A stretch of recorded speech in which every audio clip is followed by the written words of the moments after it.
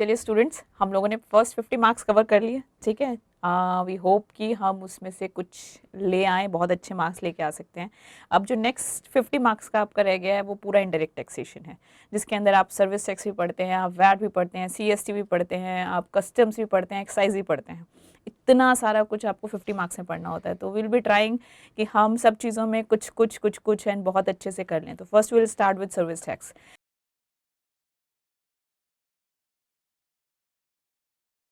Service tax practically बहुत ज़्यादा use होता है फॉर सीए स्टूडेंट्स। ओके, तो वी होप कि हम जितना भी पढ़ें उसमें से हमें अच्छा सा कोई क्वेश्चन मिल जाए पेपर में और मैं अच्छे से अटेम्प्ट कर पाऊँ उसको, ठीक है। हो सकता है पहले क्वेश्चन में ही कोई अच्छा सा सर्विस टैक्स का क्वेश्चन मिल जाए जो कंपल्सरी क्वेश्चन होता है। पहले हम क्या करेंगे, इसके जो इंपॉर्टेंट प्रोविजंस हैं उनको पढ़ेंगे, फिर जो इंपॉर्टेंट टॉपिक्स हैं जो बार बार आते हैं उनको हम उसकी कनेक्टिविटी के साथ पढ़ लेंगे, ठीक है। अच्छा, हमें पता है सर्विस टैक्स कौन सा फाइनेंस एक्ट है, 1994, राइट। इसका अपना कुछ है ही नहीं। चैप्टर कौन सा था, 5, गुड। सेक्शन 64 क्या कहता था हमें, एप्लीकेबिलिटी। सर्विस टैक्स कहाँ अप्लाई करता है, इंडिया, सिर्फ इंडिया में। क्या जे.एंड.के में, नो, जे.एंड.के में वो नहीं लगता। J&K is like foreign for us for service tax, ठीक है। 66B हमें क्या कहता था, सारी सर्विस टैक्सेबल हैं।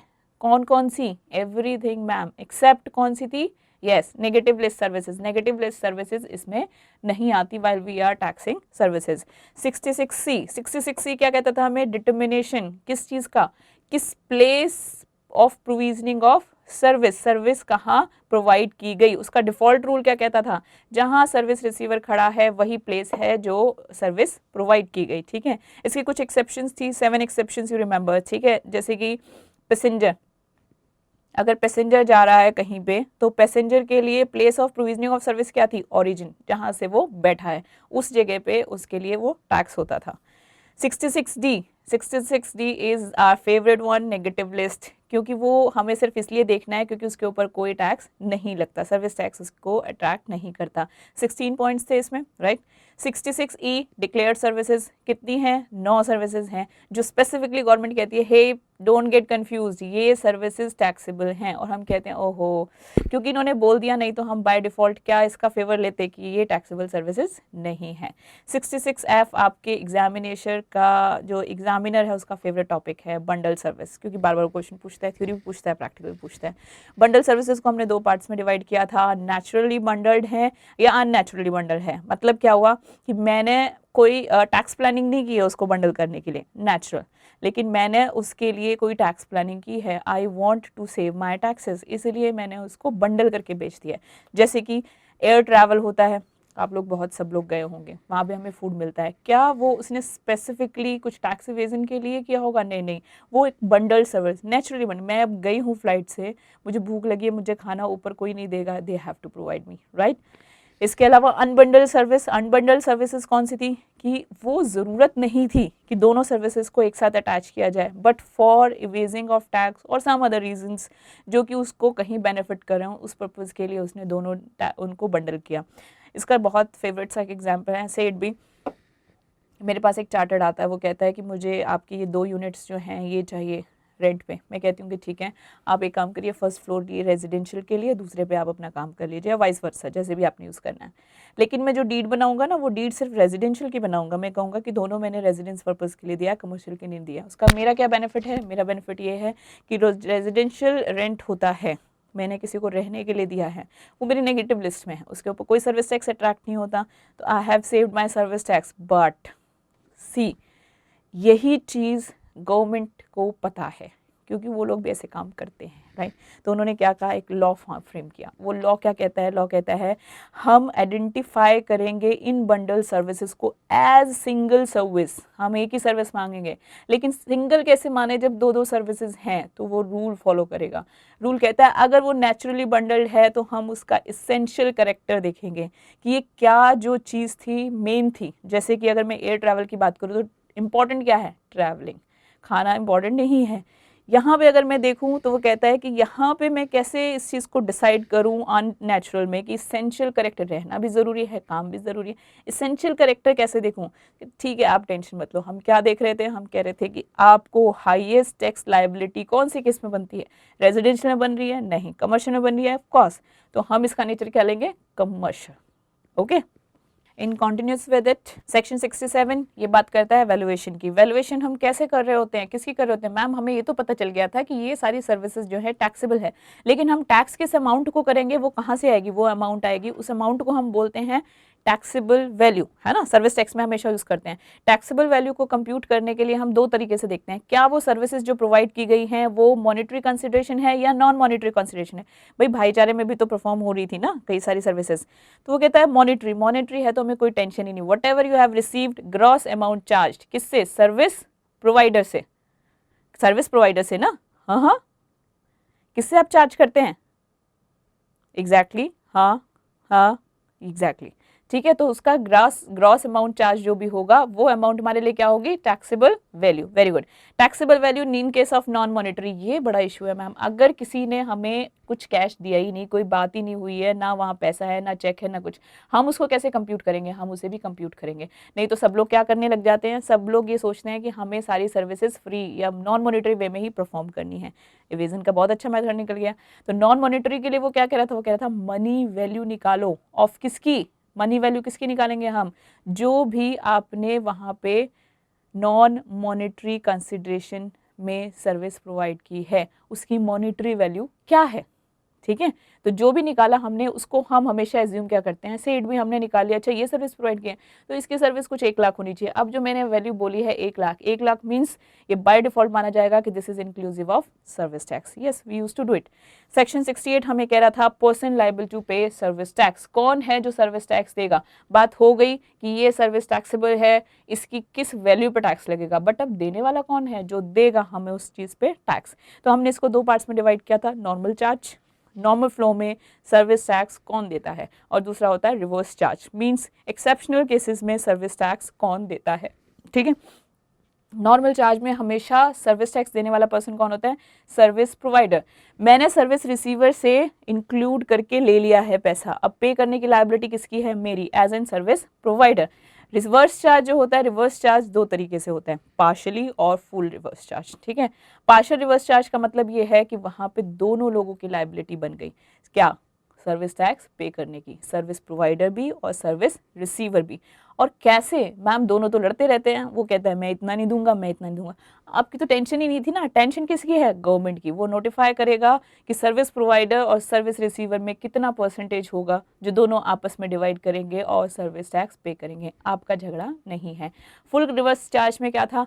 Service receiver has to pay service tax, ठीक है। इसका मोटा मोटा एग्जाम्पल क्या होता है? मान लो आपने कोई सर्विस प्रोवाइड की है आउटसाइड इंडिया, ठीक है, आपने सर्विस प्रोवाइड कर दी, मैं सर्विस प्रोवाइडर हूँ, मुझे नॉर्मल चार्ज कंसिडर होगा क्योंकि मैं प्रोवाइड कर रही हूँ। बट इन केस अगर सर्विस प्रोवाइड करने वाला बाहर बैठा है तो ही has to pay service tax, but वो इंडिया को जानते ही नहीं। वो कहता है यार मैं यहाँ मतलब क्या है, तो मैं as an service receiver I have to pay the service tax. Good, very good.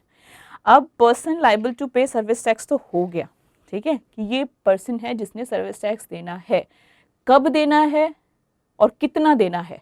तो सर्विस टैक्स एक फिक्स रेट से चार्ज होता है, दैट इज 14% ऑल इंक्लूसिव।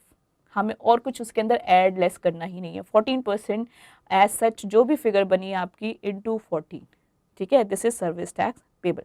अब जब पर्सन बता दिया हमने तो क्या हमारी ड्यू डेट की रिस्पॉन्सिबिलिटी नहीं बनती कि ड्यू डेट क्या है? Payment of service tax. तो ड्यू डेट्स क्या है हमारी?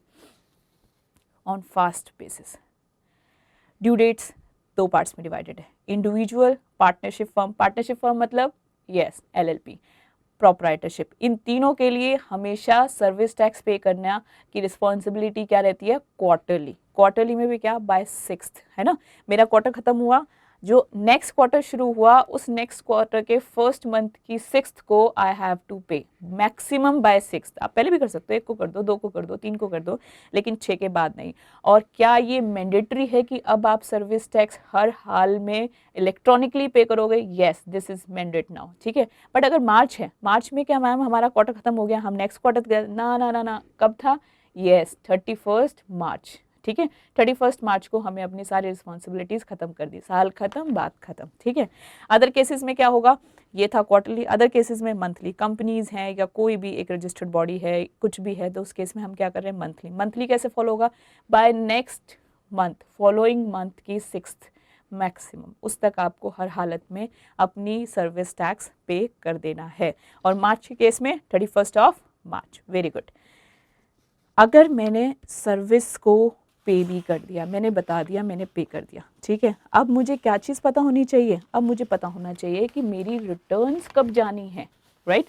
तो सर्विस टैक्स की रिटर्न्स के बारे में हमें बताता है सेक्शन 70 क्या कह रहा था, रिटर्न्स कैसे फाइल करेंगे, रिटर्न्स की भी इलेक्ट्रॉनिकली फाइल होता है, यस।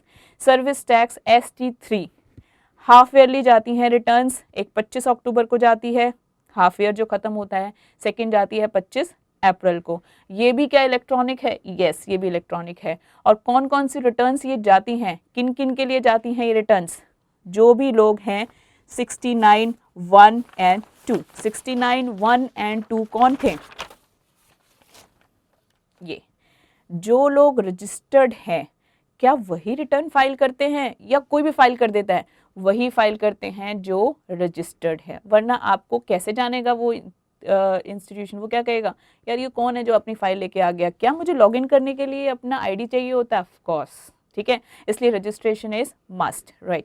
अब रजिस्ट्रेशन का प्रोसेस 69 सेक्शन कहता है, वो कहता है कि देखो जो भी आदमी सर्विस टैक्स देगा ही has to be registered. Very simple, मुझे भी पता है ये बात। तो अगर किसी को सर्विस टैक्स देना है तो उससे रजिस्ट्रेशन मैंडेट है, ठीक है। तो अगर मैं पहला 68 वाला कंडीशन ले लूं तो यहाँ किसकी लायबिलिटी थी पे करने की, सर्विस प्रोवाइडर, तो क्या इसे रजिस्टर्ड होना चाहिए, यस। अगर मैं रिवर्स चार्ज की बात करूं तो यहाँ पे दोनों लोगों की रिस्पॉन्सिबिलिटी बन रही थी सर्विस टैक्स पे करने की, क्या दोनों को रजिस्टर्ड होना जरूरी है, ऑफ कोर्स दोनों को होना जरूरी है। अगर मैं फुल रिवर्स चार्ज की बात करती हूँ तो यहाँ पे कौन था, सर्विस रिसीवर, क्या इसका रजिस्टर्ड होना जरूरी है, यस ही हैज टू, ठीक है, इसको भी रजिस्टर होना पड़ेगा। यही हमें सेक्शन 69 बोल रहा था। ये कह रहा था अगर नॉर्मल चार्ज है तो service provider so and so, right, good. अब वो कहता है कि क्या जो आदमी पे करने की लायबिलिटी रखता है सिर्फ उसी को हमें रजिस्टर करना है, no no no no no. हमारे पास एक बड़ा फेमस केस है जिसमें हम बार बार वो फिगर याद करते रहे, 9 लाख 9 लाख 9 लाख, वो क्या थी, वो ये सेकेंड थी, रजिस्ट्रेशन 69(2). ये कहता है person not liable to pay service tax, उसको सर्विस टैक्स पे नहीं करना, बट सेंट्रल गवर्नमेंट ने उसे नोटिफाई किया है to you have to get yourself registered. उसकी कंडीशन क्या थी, अगर आप SSP हैं, स्मॉल सर्विस प्रोवाइडर, और आपकी value of service current year में, जो मेरा साल चल रहा है, 9 लाख को एक्सीड कर रहा है, I am not saying equal to 9 lakh, अगर 9 से ऊपर चला गया, 1 रुपया भी चला गया, तो आपको अपने आप को रजिस्टर करना पड़ेगा। This is mandate for you. चाहे आपका टैक्स ना बनता हो, आपको टैक्स देने की जरूरत नहीं है, लेकिन आपने क्या रजिस्ट्रेशन कराना है, यस। और क्योंकि आपने रजिस्ट्रेशन करा लिया तो क्या आपको रिटर्न फाइल करनी जरूरी है, ऑफ कोर्स। रिटर्न सिर्फ पेमेंट की ही नहीं जाती, निल रिटर्न्स भी जाती हैं। वेरी गुड, आपने तो इसको सारे को बहुत अच्छे से रिवाइज कर लिया। ओके, अब हम वापस आ जाते हैं। हमारा रिटर्न क्या कह रहा था, वो कह रहा था 69(1) एंड 69(2). क्या इन लोगों को रिटर्न फाइल करनी थी, ऑफ कोर्स। 69(1) कौन था, जो पे करने के लिए लायबल है, 69(2) जो SSP है, ठीक है। Once registered return has to file even if nil return, okay, ये क्राइटेरिया है रिटर्न फाइल करने का। रिटर्न कितने तरीके की थी हमारी, बिलेटेड और रिवाइज रिटर्न। बिलेटेड रिटर्न्स कौन सी होती हैं, वो रिटर्न्स होती हैं जो हम हमारी ड्यू डेट के बाद रिटर्न फाइल कर रहे हैं। क्या उसकी कोई लिमिट है कि हम बिलेटेड रिटर्न कब तक फाइल कर सकते हैं, नो नो लिमिट्स, आप जब तक मर्जी करो, आपकी इच्छा है, आपकी जेब पे भारी है, क्योंकि उस केस में आपको लेट फीस देनी पड़ेगी, ठीक है। आप लेट फीस उठा सकते हैं तो आप जब मर्जी रिटर्न फाइल करो, कोई टेंशन नहीं है। लेकिन अगर रिवाइज रिटर्न की बात करें तो क्या रिवाइज रिटर्न में हमें कोई कंडीशन देखनी पड़ेगी, यस ऑफ कोर्स। वो कह रहा है आप रिवाइज कर सकते हैं, लेकिन 90 डेज के अंदर अंदर। 90 डेज कब से, आपने जो ओरिजिनल रिटर्न फाइल की उस दिन से, ठीक है। आपने ओरिजिनल रिटर्न जब भी फाइल की है, अगर वो ड्यू डेट के अंदर की है तो वेरी गुड, अगर उसके बाद भी की है तो जिस दिन में आपने की है उसके 90 दिन के अंदर अंदर आप उसे रिवाइज कर सकते हैं। और अगर 90 दिन क्रॉस हो गए तो no revision is allowed, okay, very good. अच्छा, अब फटाफट से हम इसको इस टॉपिक के अंदर ही देख लेते हैं, ठीक है। ड्यू डेट था, ड्यू डेट हमने अभी उसके साथ ही इन कनेक्शन कर लिया था। ड्यू डेट कब कब थी, 6th क्वार्टर, मंथ, ओके। लेकिन माई चांस मान लो कि 6th को मैं किसी भी वजह से मैं भूल जाती हूँ या मैं नहीं कर पाई, अगर मैंने अपनी पेमेंट टाइमली बेसिस पे नहीं की तो वो पेमेंट्स क्या होती थी, बिलेटेड पेमेंट्स। अगर मैंने बिलेटेड पेमेंट्स की तो क्या उसके लिए मुझे कोई प्रॉब्लम हो रही थी? नहीं नहीं, मुझे क्या प्रॉब्लम होनी थी? कुछ नहीं होनी थी। किसको प्रॉब्लम होनी थी? किसको होनी थी? एक्साइज डिपार्टमेंट को? नो नो, मुझे ही होनी है। मुझे प्रॉब्लम होगी तभी तो मैं टाइमली उस चीज को फॉलो कर रही थी। तो वहां पे वो क्या कहता है, वो कहता है इंटरेस्ट पे करना पड़ेगा आपको। कितना? अगर आपने डिले किया है फॉर फर्स्ट 6 मंथ, मतलब 6 मेरा बन रहा था, 6 ऑफ एनी मंथ और एनी क्वार्टर से 6 महीने के बीच में अगर मैं अपनी पेमेंट कर देती हूं तो मेरे पे इंटरेस्ट कितना है, 8% पर एनम, ठीक है। और अगर मैंने 6 से 12 महीने किया तो मुझे कितना देना पड़ेगा, 24%। और अगर मैंने 12 महीने से भी ऊपर लगा दिया, मैंने कहा यार आराम से दूंगा, मैं अभी नहीं दे सकता, तो मुझे कितना देना पड़ेगा, 30% पर एनम। क्या सर्विस प्रोवाइडर कितना प्रीवियस ईयर में कमा रहा है उससे कुछ इफेक्ट पड़ रहा था इसके ऊपर? यस यस, हमें याद है क्योंकि वो बहुत इंपॉर्टेंट चीज थी। सर्विस प्रोवाइडर की अगर प्रीवियस ईयर में इनकम 60 लाख से नीचे है, ठीक है, कौन सा सर्विस प्रोवाइडर, कोई भी सर्विस प्रोवाइडर अगर 60 लाख से नीचे की इनकम अर्न कर रहा है तो सीधे सीधे इस इंटरेस्ट रेट में से 3% स्लैश हो जाता था, ठीक है। तो ये क्या हो जाता था, 18 माइनस 3, 15% पर एनम। ये कितना हो जाता था, 21% पर एनम, वेरी गुड। और 30, ये कितना हो जाता है, 27% पर एनम, वेरी गुड। क्या क्राइटेरिया देखना है, 60 लाख का, ठीक है। अगर हमने ऐसा कुछ किया है तो क्या हमें पेनल्टी भी पड़ रही थी? वो कह रहा है हाँ। देखो 2 कंडीशन थी। वो कहता है क्या तुमने ये जानबूझ के किया, जानबूझ के किया तो आपको तो भुगतना पड़ेगा। लेकिन कुछ लोग ऐसे भी होते हैं ना, बेचारों को नॉलेज ही नहीं होती। ज्यादातर लोग तो ऐसे ही हैं जो काम कर रहे हैं जिनको कोई नॉलेज ही नहीं है टैक्सेशन की। तो वो कहता है अगर आप बोनाफाइड हैं, आपसे गलती से गलती हो गई तो आप 10% ऑफ सर्विस टैक्स, ये मुझे देना कब था, जिस दिन मैं डिफॉल्ट में हूं? नहीं, ये मुझे 10% ऑफ सर्विस टैक्स तब देना था जिस वक्त मैं अपनी सर्विस टैक्स की पेमेंट कर रही हूँ। Very good. मैलाफाइड केस में मुझे 100% ऑफ टैक्स पे करना पड़ता है। मैलाफाइड के केस में 100% ऑफ सर्विस टैक्स, क्योंकि मेरी पेनल्टी मेरे सर्विस टैक्स अमाउंट को एक्सीड नहीं कर सकती। Well and very good. इस पॉइंट को लेकर के 1-2 बार क्वेश्चन आया है, तो मैं पहले उस क्वेश्चन को डील करूंगी, उसके बाद वाला पॉइंट मैं उसके बाद देखूंगी। 2 मिनट के लिए क्वेश्चन दिखाती हूँ स्क्रीन पे, ओके। ये आपका क्वेश्चन है जो नवंबर में आया हुआ है, बिल्कुल आपके एग्जाम का क्वेश्चन है। मुझे ये बहुत इंटरेस्टिंग लगा और मुझे लगा कि शायद इससे ये प्रोविजनिंग बड़े अच्छे से क्लियर हो जाती है, ठीक है। Question says compute the interest payable on delayed payment of service tax bye service provider in following cases. 2 लोग हैं, एक कंपनी है और एक पर्सन है, इंडिविजुअल है, ठीक है। ये दोनों इसलिए दिए गए हैं ताकि वो ये समझ सके कि क्या आपको वो 60 लाख की कंडीशन अच्छे से पता है कि वो किसी पे भी अप्लाई करती है, इंडिविजुअल हो या कोई कॉर्पोरेट हो। यस, तो हमें पता है कि चाहे कोई भी हो, ठीक है, बट उसकी प्रीवियस ईयर की इनकम कितनी होनी चाहिए, 60 से नीचे। In that case slash of 3%। Very good. Service tax liability कितनी है, 123,600। इधर कितनी है, 2,16,000। डिले कितनी की है, 20 डेज, 25 डेज। 20 डेज डिलेड है मतलब फर्स्ट 6 मंथ में आता है, सॉरी फर्स्ट 6 मंथ्स में आता है, यस। 25 डेज है तो कब आता है, फर्स्ट 6 मंथ्स में आता है, yes. Aggregate value of taxable services rendered in previous year, ये हमें क्यों बता रहा है, ताकि हमें ये पता चले कि हमें यहाँ पे इंटरेस्ट जो चार्ज करना है वो फुल रेट से करना है या उसको कुछ मार्जिन देना है। तो उसने बताया कि PQR लिमिटेड का 40 लाख है और मिस्टर मानिक का 62 लाख। तो 62 lakh means full rate of interest. और यहाँ पे क्या हो जाएगा, 40 lakh is less than 60,000, yes, तो 3% लेस हो जाएगा। Assume that service tax liability and delay given above relate to financial year 15-16। यहाँ रेट कौन सा लगेगा, बताओ कौन सा रेट लगेगा, yes yes yes yes, 18%। First 6 month के लिए 18% और 3% लेस कर देंगे किसके लिए, कॉर्पोरेट के लिए, तो क्या रह जाएगा 15%। वेरी गुड, आपको तो बहुत अच्छे से आता है। अब हम इस क्वेश्चन को देखते हैं।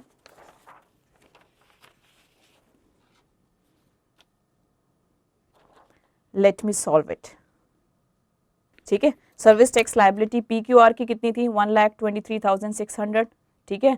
इसकी कितनी है मिस्टर माने की, 2,16,000। Very good. Delayed in payment of service tax कितना है, 20 डेज एंड 25 डेज।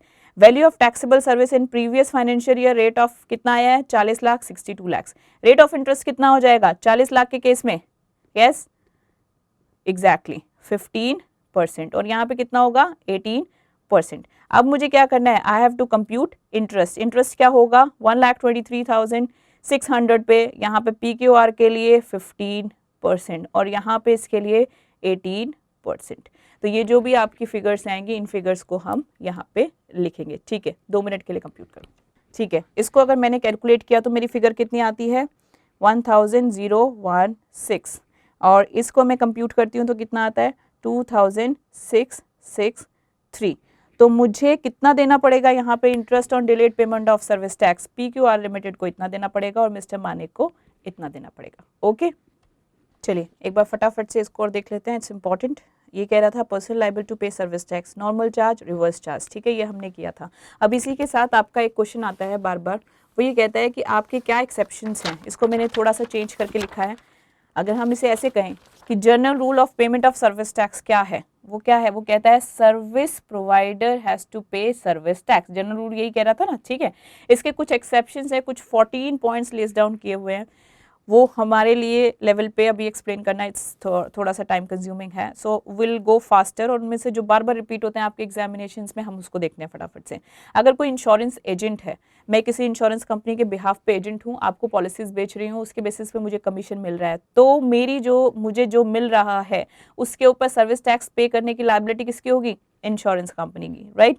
GTA क्या होता है, गुड्स ट्रांसपोर्ट बाय एजेंसीज, और ये कहाँ से हो रहा है, वाया रोड, ट्रांसपोर्टेशन बाया रोड। ठीक है, इस केस में कौन कर रहा होता है, हम यहाँ क्या पढ़ रहे हैं, हम पढ़ रहे हैं यहाँ पे एक्सेप्शंस। नॉर्मल केस में GTA कौन पे करता है, सर्विस प्रोवाइडर, इसका मतलब खुद ये एजेंसी। बट कुछ केसेस ऐसे हैं जहाँ पे सर्विस रिसीवर यानी कि कंसाइनी, उसको पे करना पड़ता है सर्विस टैक्स। और वो कौन कौन से केसेस थे, ये बहुत डिफिकल्ट है, हमने इसको जितनी बार पढ़ा है हम भूल जाते हैं, इसलिए हम इसको अच्छे से रिवाइज करेंगे। इसके अकेले पॉइंट पे क्वेश्चन आता है। ठीक है, ये जो सर्विस रिसीवर है वो कौन है, कंसाइनी। और उस कंसाइनी को मैं क्या बोलती हूँ, वो स्पेसिफाइड क्लास से बिलोंग कर रहा है। And very easy to remember, क्या कि ये जो भी बॉडी है, ये बॉडी अपने रिस्पेक्टिव एक्ट में रजिस्टर्ड होगी। जैसे कि फैक्ट्री, तो फैक्ट्री कहाँ रजिस्टर होनी चाहिए, फैक्ट्रीज एक्ट में। Company, companies act. Corporate act. Societies act. Cooperative society act. Dealer of excisable good, वो अपने एक्ट में रजिस्टर्ड होना चाहिए। बॉडी कॉर्पोरेट और firm, it has to be registered. If these bodies are registered और वो कोई सर्विस ले रहे हैं GTA से वाया रोड, तो who has to bear the service tax, service receiver means the consignee. Okay, very good. Sponsorship service, sponsor किया है किसी ने, अगर वो स्पॉन्सरशिप सर्विस है तो who will beer the service tax, it will be the service receiver. Okay, service receiver तभी beer करेगा if it is a partnership, firm और अ बॉडी कॉर्पोरेट। सिर्फ ये 2 कंडीशंस थी। Very good. Business auxiliary service, business auxiliary service specifically कौन सी, जहां distribution of mutual fund है, distribution of mutual fund, और इसे कौन कर रहा था, उसका एजेंट, म्यूचुअल फंड का एजेंट। तो यहाँ सर्विस टैक्स कौन पे करेगा, mutual fund. Very good. Any services from outside India, any service, कोई भी सर्विस। अब हम कोई दायरा नहीं रख रहे, हम कोई लिस्टिंग नहीं देख रहे, हम कह रहे हैं कोई भी सर्विस अगर बाहर से प्रोवाइडेड है, कहाँ, इंडिया में, तो who has to bear the service tax, this service receiver, है ना। अगर मानो J&K से कोई सर्विस दे रहा है इंडिया में, तो क्या वो इस पे फॉल करता है, yes, for us, for service tax J&K is abroad, वो भी किस में आता है, फॉरेन में, क्योंकि सर्विस टैक्स एक्ट के दायरे से वो बाहर है। वेरी गुड, ये जो है बार बार आपके उसमें पूछा जाता है। गुड। अब छोटा सा पॉइंट है regarding the payment of service tax, इसके ऊपर एक हम क्वेश्चन भी करेंगे छोटा सा, इस पर प्रैक्टिकल क्वेश्चन समटाइम्स आ जाता है। एडवांस रिसीव्ड, सी ज़्यादातर केसेस में क्या होता है, हम क्या ऐसे कर रहे थे कि हम फटाफट से सर्विस दे देते हैं, आपने पैसा पकड़ा, मैंने सर्विस दे दिया, मैंने सर्विस दे दी और फिर मैं कह रहा हूँ अब मुझे पैसे दे दो, नहीं। ऑलवेज वर्क करने का स्टाइल क्या होता है, आप कुछ एडवांस रिलीज करो, फिर मैं सर्विस परफॉर्म करूंगा और तब आप मुझे सेटलमेंट कर देना।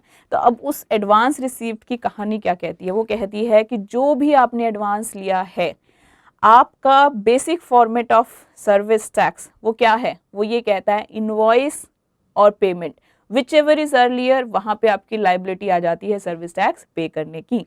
तो कह रहे हैं एडवांस रिसीव किया आपने, ठीक है, तो ज्यादातर समझदार लोग उसके साथ रिसीट दे देते हैं, इनवॉइस दे देते हैं, ठीक है, तो आपका रिसीट बेसिस पे टैक्सेबल हो जाएगा। जैसे ही आपको एडवांस मिला उसी वक्त you have to pay service tax. उसी वक्त नहीं नहीं नहीं नहीं, क्या थी, फॉलोइंग मंथ का 6 मैक्सिमम, या फिर if you are individual quarter का 6, ठीक है ना, याद है, right. If service is not performed subsequently, मान लो एडवांस तो मैंने ले लिया, बाद में मेरा मूड बदल गया, मैंने कहा मैं इस सर्विस को प्रोवाइड नहीं कर सकती, तो इस केस में मेरे साथ क्या होगा, वो कह रहा है कि एडवांस अगर आपने फॉरफिट कर लिया, पार्टी को ही नहीं दिया एडवांस, तो क्या मुझे उस पे दिए गए सर्विस टैक्स पे कोई बेनिफिट मिलना चाहिए?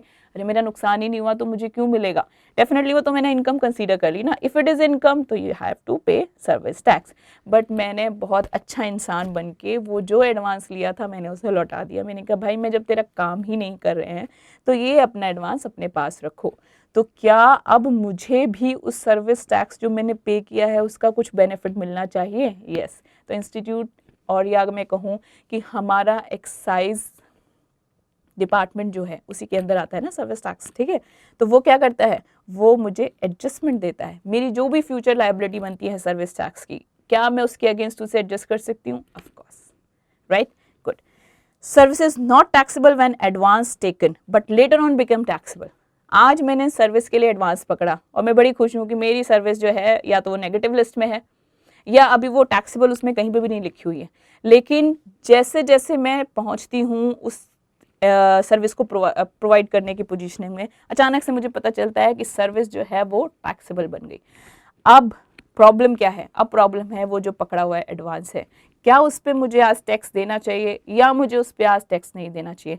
जो अमाउंट मुझे उसके टैक्सेबल बनने के बाद मिलने वाली है उस पर तो मुझे हर हालत में टैक्स देना ही है।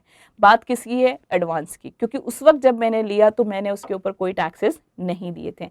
तो क्या इस टाइम पे अब मुझे उस पर टैक्स देना चाहिए? तो वो कहता है कि देखो सारी कहानी इनवॉइस की है, इसलिए तो हम कह के चलते हैं कि आप जब एडवांस पकड़ रहे हो इनवॉइस रेज कर दो, है ना, बी स्मार्ट। तो कह रहे अगर आपने उसी वक्त इनवॉइस रेज कर दिया था तो आपको कोई टैक्स पे नहीं करना, लेकिन फिर भी मैं आपकी गलती माफ करता हूं।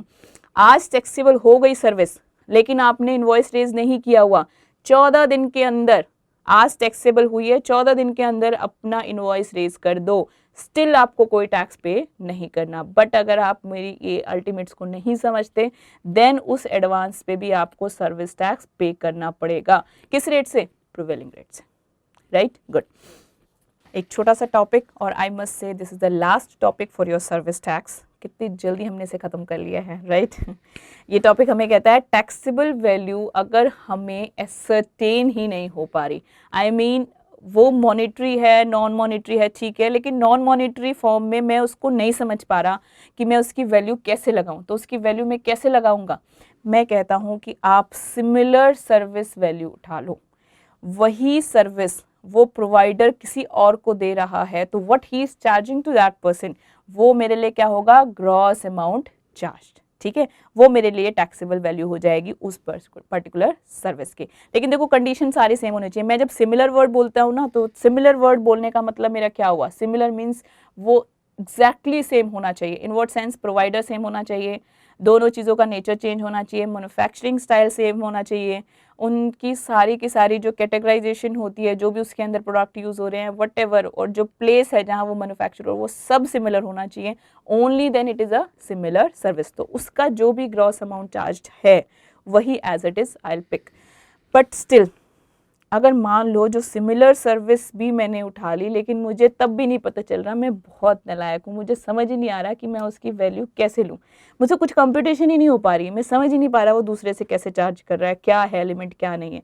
तो कह रहा है ठीक है भाई, in that case equivalent money value को आप पिक कर सकते हो, बट ये जो मनी वैल्यू होगी ये किसी भी हालत में cost of provisioning of service से नीचे नहीं होनी चाहिए। मतलब कम से कम उसे कॉस्ट तो दे दो, कॉस्ट जितनी उसको पड़ी, ठीक है।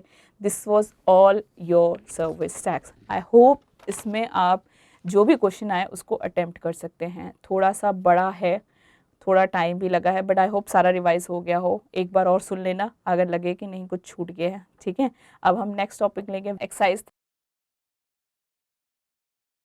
चलिए स्टूडेंट्स, मुझे पता है सब लोगों की एनर्जी लॉस हो रही है, लेकिन वी हैव टू, छोटे छोटे से टॉपिक्स रह गए हैं। एक्सरसाइज अभी हम करते हैं। एक्सरसाइज को थोड़ा और स्पीड से करूंगी, इसके लिए कोई प्रैक्टिकल क्वेश्चन मैं नहीं करा रही क्योंकि ज़्यादातर थ्योरेटिकल आ रहा है, और जो थ्योरी करा रही है उससे आप प्रैक्टिकल शायद अटैम्प्ट कर लोगे, ठीक है।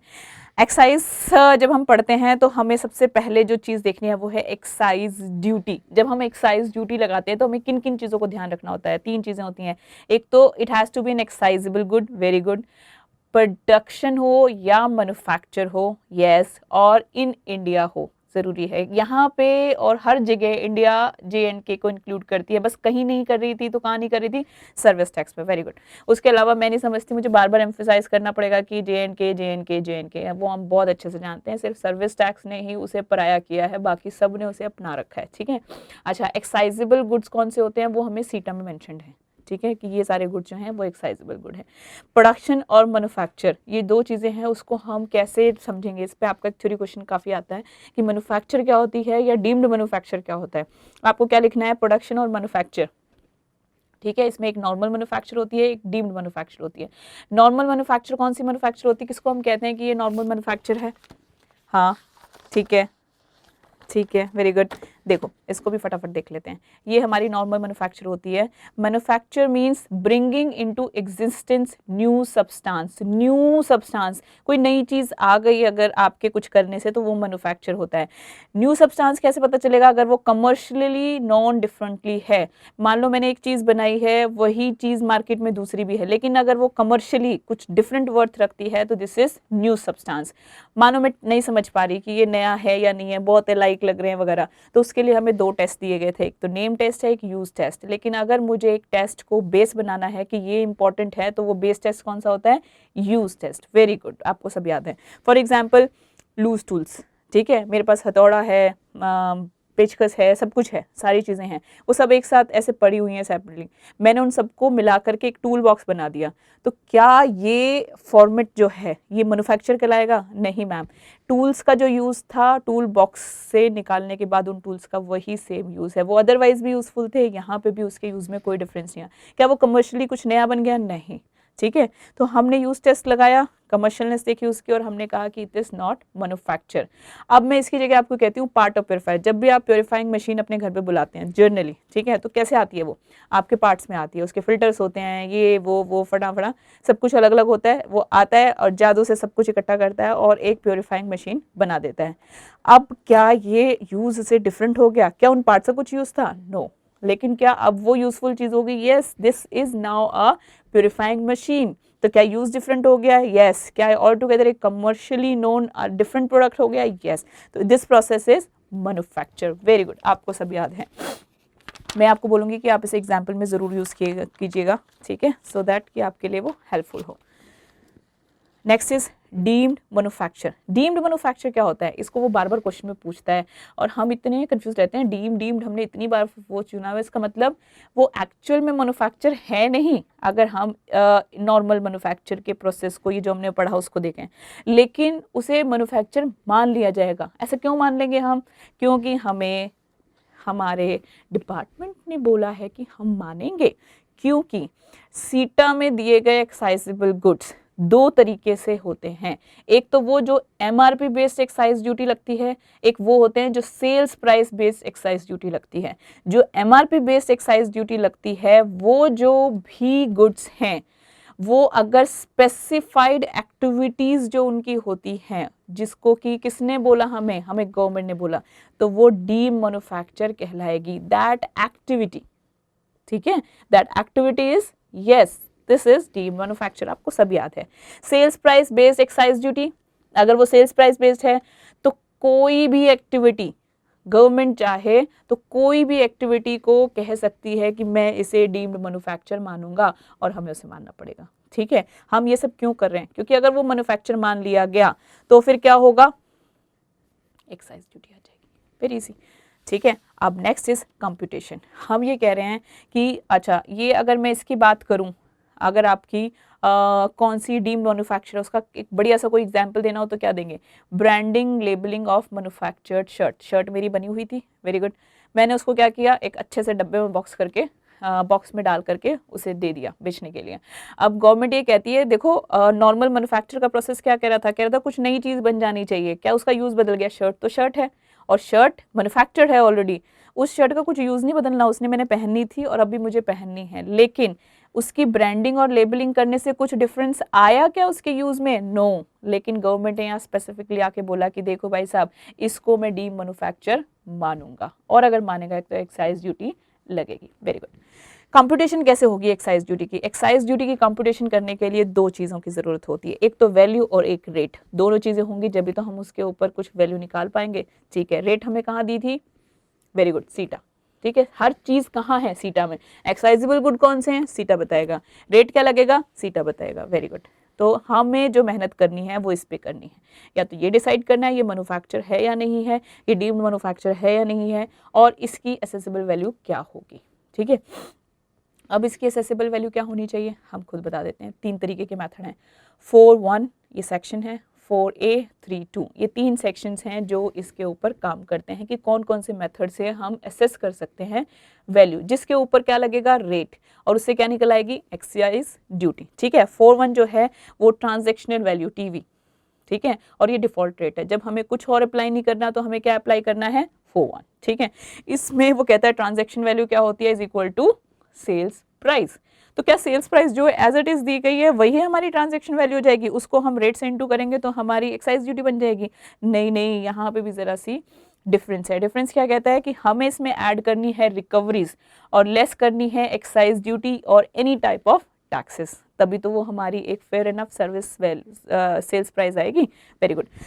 रिकवरीज क्या थी, अगर हम रिकवरीज की याद करें तो रिकवरीज क्या थी, किन किन चीज़ों को हम रिकवरीज बोल रहे थे, हमें सब याद है, हम कुछ नहीं भूले हैं। रिकवरीज दो तरीके थी, एक वो जो इंक्लूड होगी ट्रांजैक्शन वैल्यू में और एक वो जो एक्सक्लूड होगी ट्रांजैक्शन वैल्यू से। अगर वो गलती से सर्विस सेल्स प्राइस में इंक्लूडेड है तो निकाल दो, और अगर नहीं इंक्लूडेड है ऐड कर लो, ये ऐड और ये लेस क्या है, फटाफट, पैकिंग चार्ज, यस, किसी भी तरीके का पैकिंग हो, प्लास्टिक का हो या रबड़ का हो या पेपर का हो, किसी भी तरीके की अगर पैकिंग है, ट्यूब है, ट्यूब को हमने किस चीज़ में डाला, मान लो मुझे टूथपेस्ट डालना है, उसके लिए किस चीज़ की पैकिंग है, प्लास्टिक का होता है ना वो, very good. Storage, outward handling, very good, warranty, very good, लेकिन अगर ये वारंटी एक्सटेंडेड वारंटी हो, नॉर्मल वारंटी ना हो, एक्सक्लूडेड, ठीक है, फिर नहीं आएगी। Very good. Advertisement publicity, very much. After sale services, yes, this will be included sale price. Brought out items, कुछ आइटम्स ऐसे होते हैं मैं कहती हूँ मैं इसका मैन्युफैक्चर नहीं कर रही बट मेरे प्रोडक्ट के यूज के लिए दिस इज इंपॉर्टेंट, तो मैं कहाँ से बोरो करती हूँ, मैं बाहर से मार्केट से एज इट इज परचेज कर लेती हूँ। वो एक पार्ट हो सकता है, वो एक एसेसरीज हो सकती है, और अगर एसेसरी को मैंने ऑप्ट किया है, I want to add it to the cost, तो उस केस में ऐड हो जाएगी। अगर मैं कहती हूँ कि नहीं मुझे इसे ऐड नहीं करना अपनी कॉस्टिंग में, तो मैं यहाँ से इसे लेस कर लेती हूँ। ठीक है। Installation, installation is very important. मैं इंस्टॉलेशन की कॉस्ट को अपनी सेल्स प्राइस में ऐड करूंगी, लेकिन कब बताओ, कब? इतना simple, yes yes yes yes, exactly exactly. कैसे ऐड कर रहे थे? अगर वो इंस्टॉलेशन मैंडेट है, उसके बगैर वो प्रोडक्ट उस फॉर्म में आ ही नहीं पा रहा कि मैं उसे यूज करूं, वो आ ही स्पेयर पार्ट्स में रहा है, उसको असेंबल करने के बाद ही वो यूज होगा, तो वो जो इंस्टॉलेशन कॉस्ट है वो इसमें इंक्लूड होगी। बट से इट भी मैं कोई चीज़ लेकर के आई, वो चीज़ मैं लाई जिस फॉर्म में, वो मेरे घर में सेट नहीं हो पा रही, मुझे अपने घर के हिसाब से उसे कस्टमाइज करना पड़ रहा है, इसलिए उसकी इंस्टॉलेशन हो रही है वापस से, तो वो क्या इसमें इंक्लूड होगी? नो नो नो नो, वो कहाँ चली जाएगी? एक्सक्लूजन में। ठीक है। एक्सक्लूजन में मोटा मोटा जो हमारा यूज होता है वो क्या होता है? इंटरेस्ट ऑन डिलेड पेमेंट, मेरी मर्जी थी, मैंने डिले किया, मेरे पास पैसा नहीं था, तो क्या वो मेरे लिए बेरेबल होगा? नहीं, वो आपकी सेल्स प्राइस में इंक्लूड नहीं होगा, वो बाहर चला जाएगा। बैंक चार्जेस बाहर जाएंगे, एक्सटेंडेड वारंटी बाहर जाएगी, क्योंकि ये मेरी चॉइसेस हैं। ठीक है, ये आपके कभी भी सेल्स प्राइस में इंक्लूड नहीं होंगे। तो हम फटाफट से क्या कर रहे थे? वैल्यूएशन कंप्लीट हो गई। दूसरा, अगर हमने एमआरपी यूज करनी है, वो कौन से होंगे, वो पर्टिकुलर वो गुड्स होंगे सीटा में मेंशन हुए जिसके ऊपर सेंट्रल गवर्नमेंट ने हमें बताया हुआ है कि भाई इन पे आपको एमआरपी ही लगानी है। तो वो जो एमआरपी होगी वही उसकी वैल्यू होगी क्या? अरे कई बार क्या होता है कि एमआरपी जो है उसमें बहुत सारे तरीके के टैक्सेस इन्वॉल्व होते हैं, तो मैं एज इट इज लगा दूंगा तो अनफेयर है, क्योंकि टैक्स के ऊपर फिर ड्यूटी लग जाएगी, है ना, परसेंटेज उसी के ऊपर हम कंप्यूट करते हैं, so it will be wrong. Then what I have to do, I have to minus, और ये मुझे कौन बताएगा कितना माइनस करूं? ये एक परसेंटेज होती है जो हमें कौन बताता है? Central government. ये आप कितना परसेंट एमआरपी में से लेस कर दीजिए। थर्ड इज 3(2) जो है टैरिफ वैल्यू। इसमें गवर्नमेंट सारा प्रेशर अपने ऊपर लेती थी, है ना, लेती थी ना, तो क्या कहती थी? कहती यार वैल्यू मैं ही बता दूंगी तुम्हें, तुम सिर्फ क्या करो, वैल्यू मैंने बता दिया है, ठीक है, वो तुम्हारी ट्रांजैक्शन वैल्यू है। वेरी नाइस, हमने कहा हमें कोई टेंशन ही नहीं है, हमने सिर्फ उसके ऊपर क्या करना है? रेट कंप्यूट करना है, ठीक है। This was our computation of excise duty. अब मैंने एक्साइज ड्यूटी कंप्यूट कर लिया, अब मैंने उसको कंप्यूट करके कैलकुलेट करके एक्साइज ड्यूटी की अमाउंट बना ली। अब क्या करना है? अब मुझे कलेक्शन देखना है कि किससे लेना है, किसको? गवर्नमेंट किसको बोलेगी कि आपको आकर के एक्साइज ड्यूटी पे करनी है, कब करनी है और किस रेट से करनी है, ये कैसे पता चलेगा? तो हुम, किससे कलेक्ट करूं मैं एक्साइज ड्यूटी? बड़ा इजी है मैम, हमें पता है, मैन्युफैक्चरर से ही तो करेंगे ना। मैन्युफैक्चरर मुझे एक्साइज ड्यूटी पे करेगा, कब करेगा? Time of removal of goods from factory. This is general principle, ठीक है। हमें कुछ और पता ना हो हमें ये चीज जरूर पता है, ठीक है। मैन्युफैक्चरर पे करेगा, time of removal from factory होगा। लेकिन क्या इसके कुछ एक्सेप्शंस हैं? यस, इसके एक्सेप्शंस हैं, जहां पे कुछ अलग लोग आकर के एक्साइज ड्यूटी पे करेंगे और किसी अलग मूवमेंट ऑफ टाइम पे करेंगे, time of removal from factory नहीं होगा। जैसे कि स्पेसिफाइड गुड्स के केस में warehouse keeper, warehouse keeper क्या करेगा? एक्साइज ड्यूटी पे करेगा। वेयर हाउस कीपर, आप सोचो जरा, गुड्स मेरे फैक्ट्री से निकले, वेयर हाउस में चले गए, तो अब फैक्ट्री से तो निकल चुके, वेयर हाउस कीपर के ऊपर कैसे लायबिलिटी आई? इसका मतलब उसने किस पॉइंट पे किया उसे? जब वो वेयर हाउस से गुड्स बाहर जा रहे हैं, ठीक है। तो वहां का प्लेस चेंज हो गया, अब वहां पे time of removal from factory नहीं है, क्या होगा? Time of removal from warehouse. Very good. Molasses के केस में buyer haves to pay the excise duty. Very good. अब ऑल सभी केसेस में ठीक है, लेकिन जब हम जॉब वर्कर्स की बात करें, हमें पता है कि इंडिया में जॉब वर्कर्स कितने तरीके के काम करते हैं, बट इन्होंने गारमेंट्स को थोड़ा सा स्पेशल अटेंशन दिया है। उन्होंने कहा कि गारमेंट्स जॉब वर्कर्स बना रहे हैं, तो एक्चुअल में मैन्युफैक्चरर कौन है? Yes, job workers, exactly, job workers हैं, तो ड्यूटी किसको पे करनी चाहिए? जॉब वर्कर को, ठीक है, मैन्युफैक्चरर क्योंकि वो है। लेकिन यहाँ पे हमने क्या बोला? गारमेंट्स के केस में लायबिलिटी किस पे जाएगी? ब्रांड नेम ऑनर पे। ब्रांड नेम ऑनर जो होगा, ही हैज टू पे एक्साइज ड्यूटी। अच्छा, अब प्लेस ऑफ रिमूवल क्या है? वो जॉब वर्कर सारे बेचारे अपने घर में बैठ के बना रहे हैं, मैन्युफैक्चरर तो वहां हो गया, वहां से निकलते वक्त क्या टैक्सेस पे करने हैं? कैसे पे करेंगे? क्योंकि पे कौन कर रहा है? Brand name owner. वो कब करेगा? जब उसके यहाँ से निकलेंगे, तो पहले गुड्स जॉब वर्कर से कलेक्ट होके किसके पास आएंगे? ऑनर के पास, ठीक है। फिर जब वो उन्हें सेल करेगा, तो वो जो पॉइंट ऑफ सेल होगा, वो जो पॉइंट होगा रिमूवल का, उस पॉइंट पे उसके ऊपर एक्साइज ड्यूटी लगेगी। वेरी गुड, सब कुछ आता है, ठीक है। रेट क्या चार्ज होगा? रेट तो मैम हमें सीटा ने बताया था, वही वाला रेट चार्ज होगा, ठीक है, वही वाला होगा। लेकिन सीटा तो सारा टाइम बताता रहता है, हम कौन से रेट को लेंगे? वो रेट जो प्रिवेल कर रहा होगा eight the time of removal.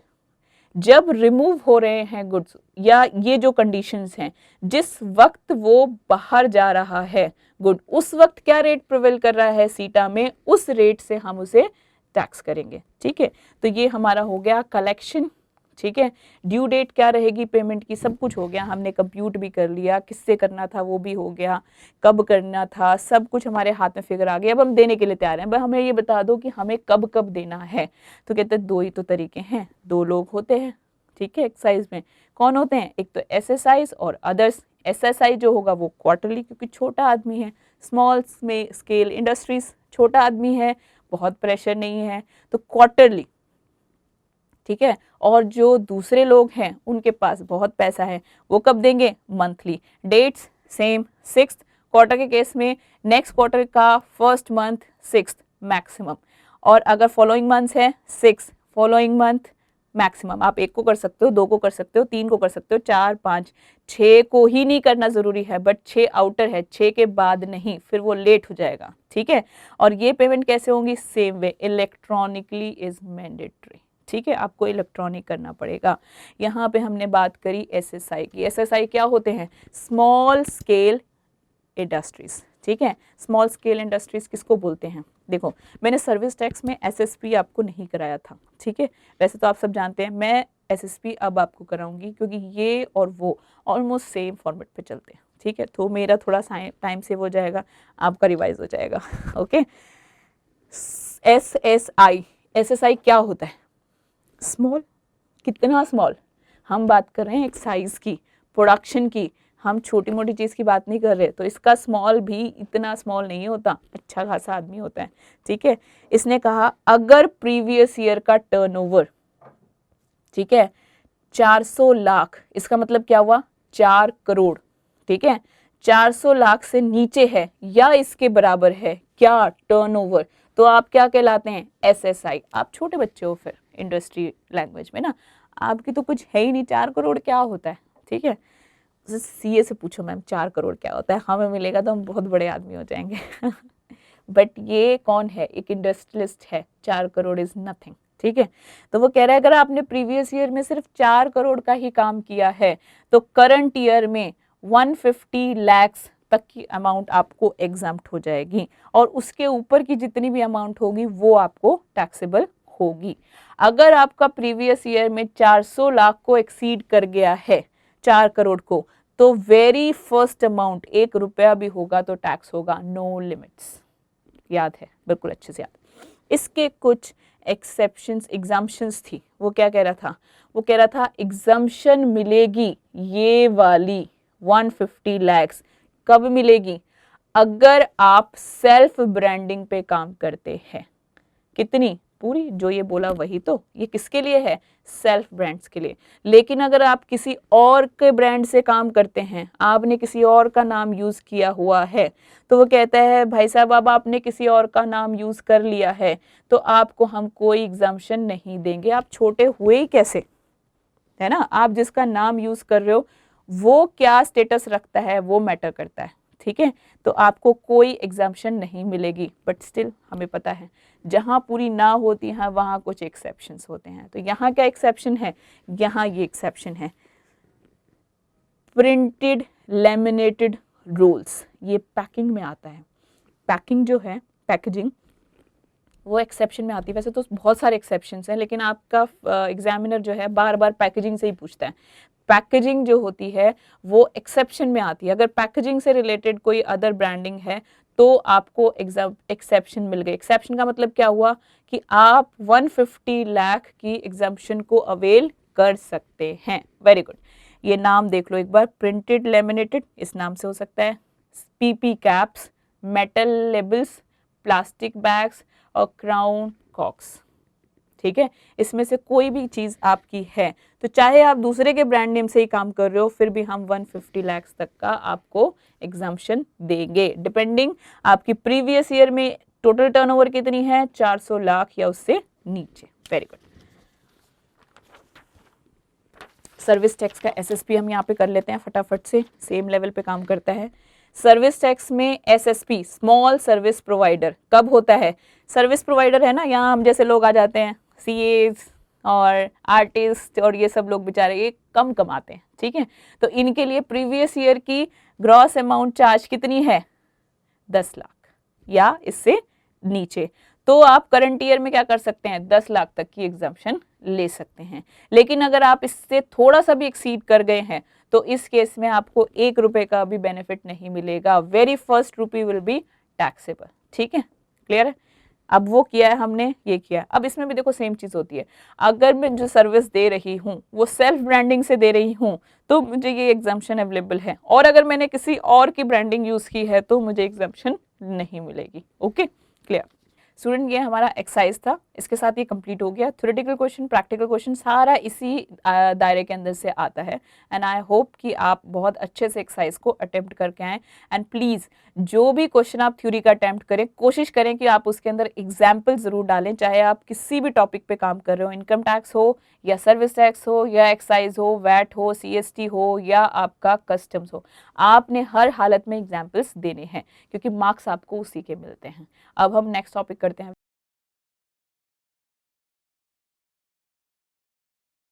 चलिए students, let's start with customs. Okay, custom बड़ा छोटा सा क्यूट सा टॉपिक है, वेरी इंटरेस्टिंग वन।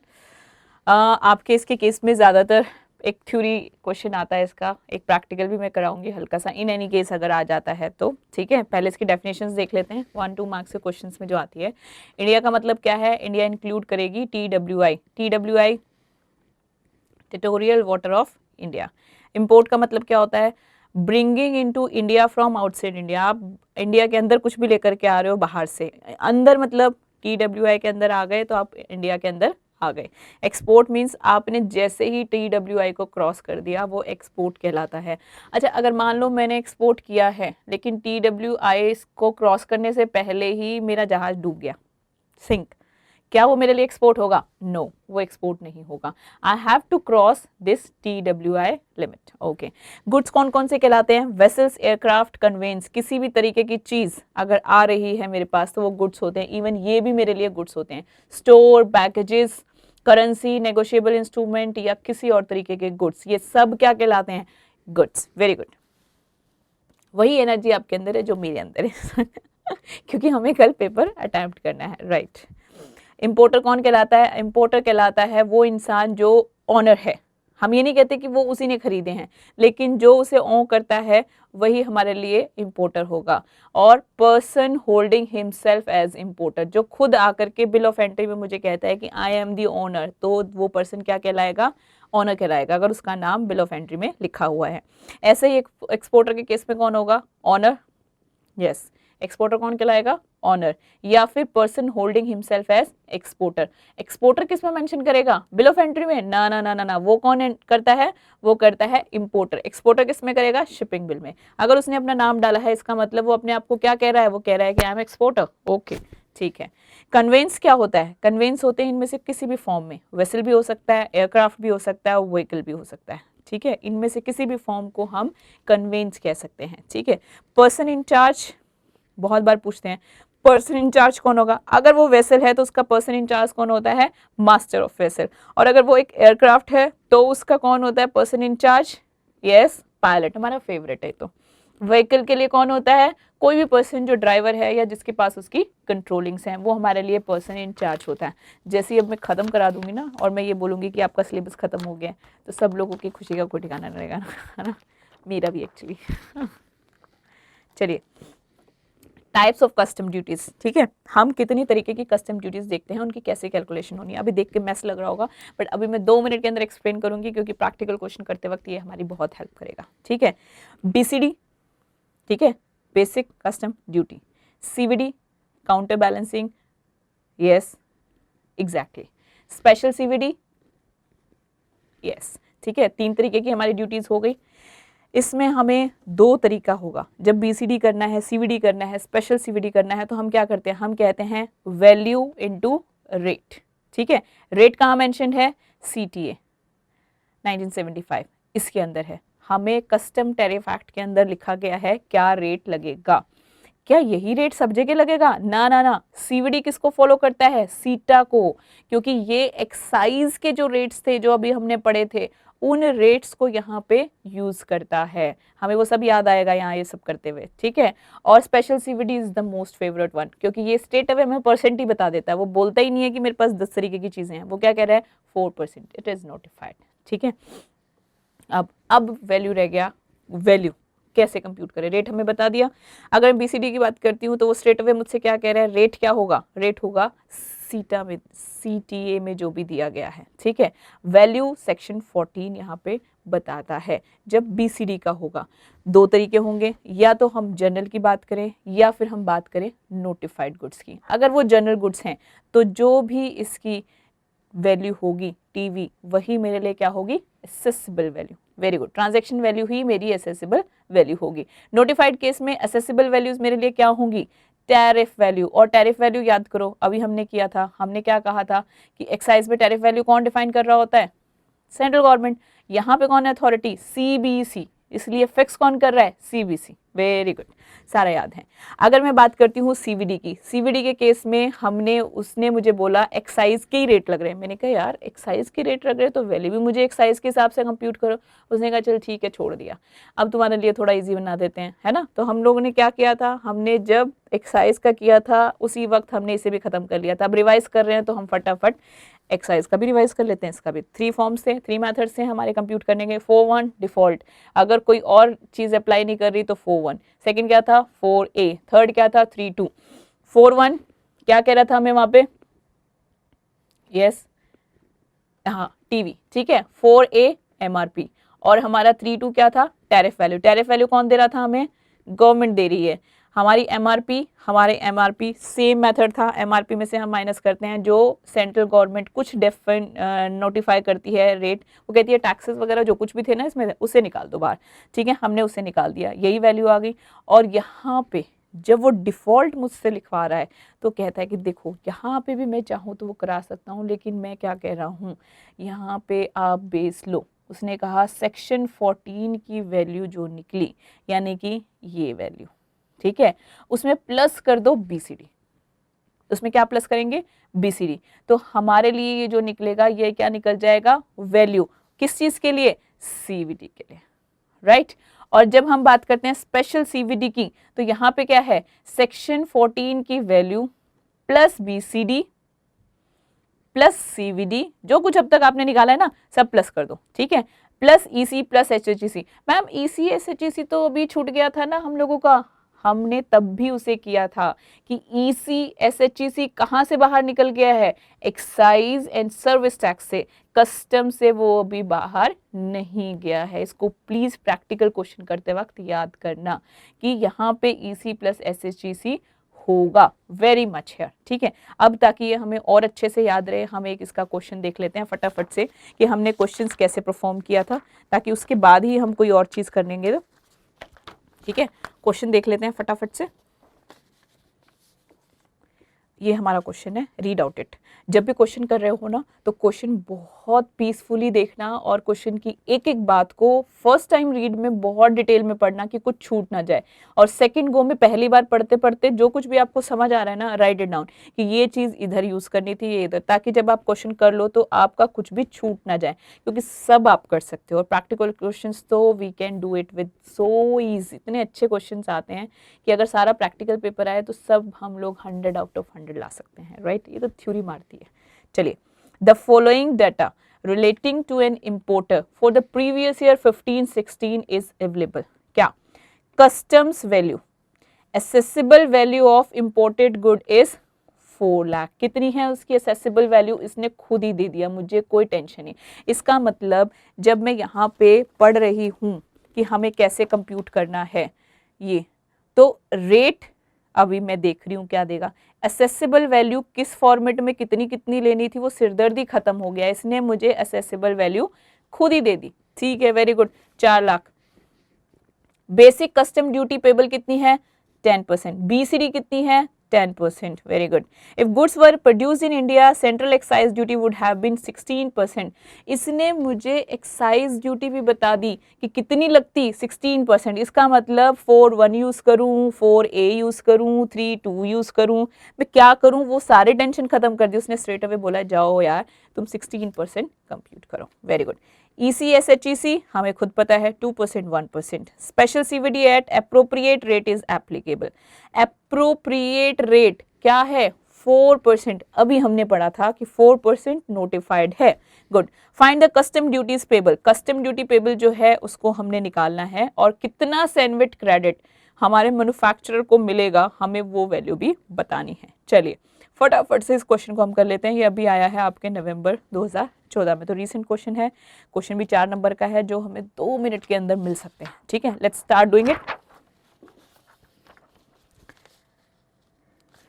देखिए असेसिबल वैल्यू कितनी दी हुई है, 4 लाख। बीसीडी कितना परसेंट है, 10%, 4 लाख का 10% 40,000, तो हमारे पास सब टोटल कितना आ गया सीवीडी के लिए 4,40,000 CVD into excise duty rate, है ना। सीवीडी हम कैसे निकालते हैं, जो भी रेट है और जो एक्साइज ड्यूटी का रेट है और जो भी सीवीडी आया, तो सीवीडी हमारे पास जो भी आया था 4,40,000 रेट इसने हमें दे दिया, 16% वैल्यू कितनी आ गई 70,400, वेरी गुड।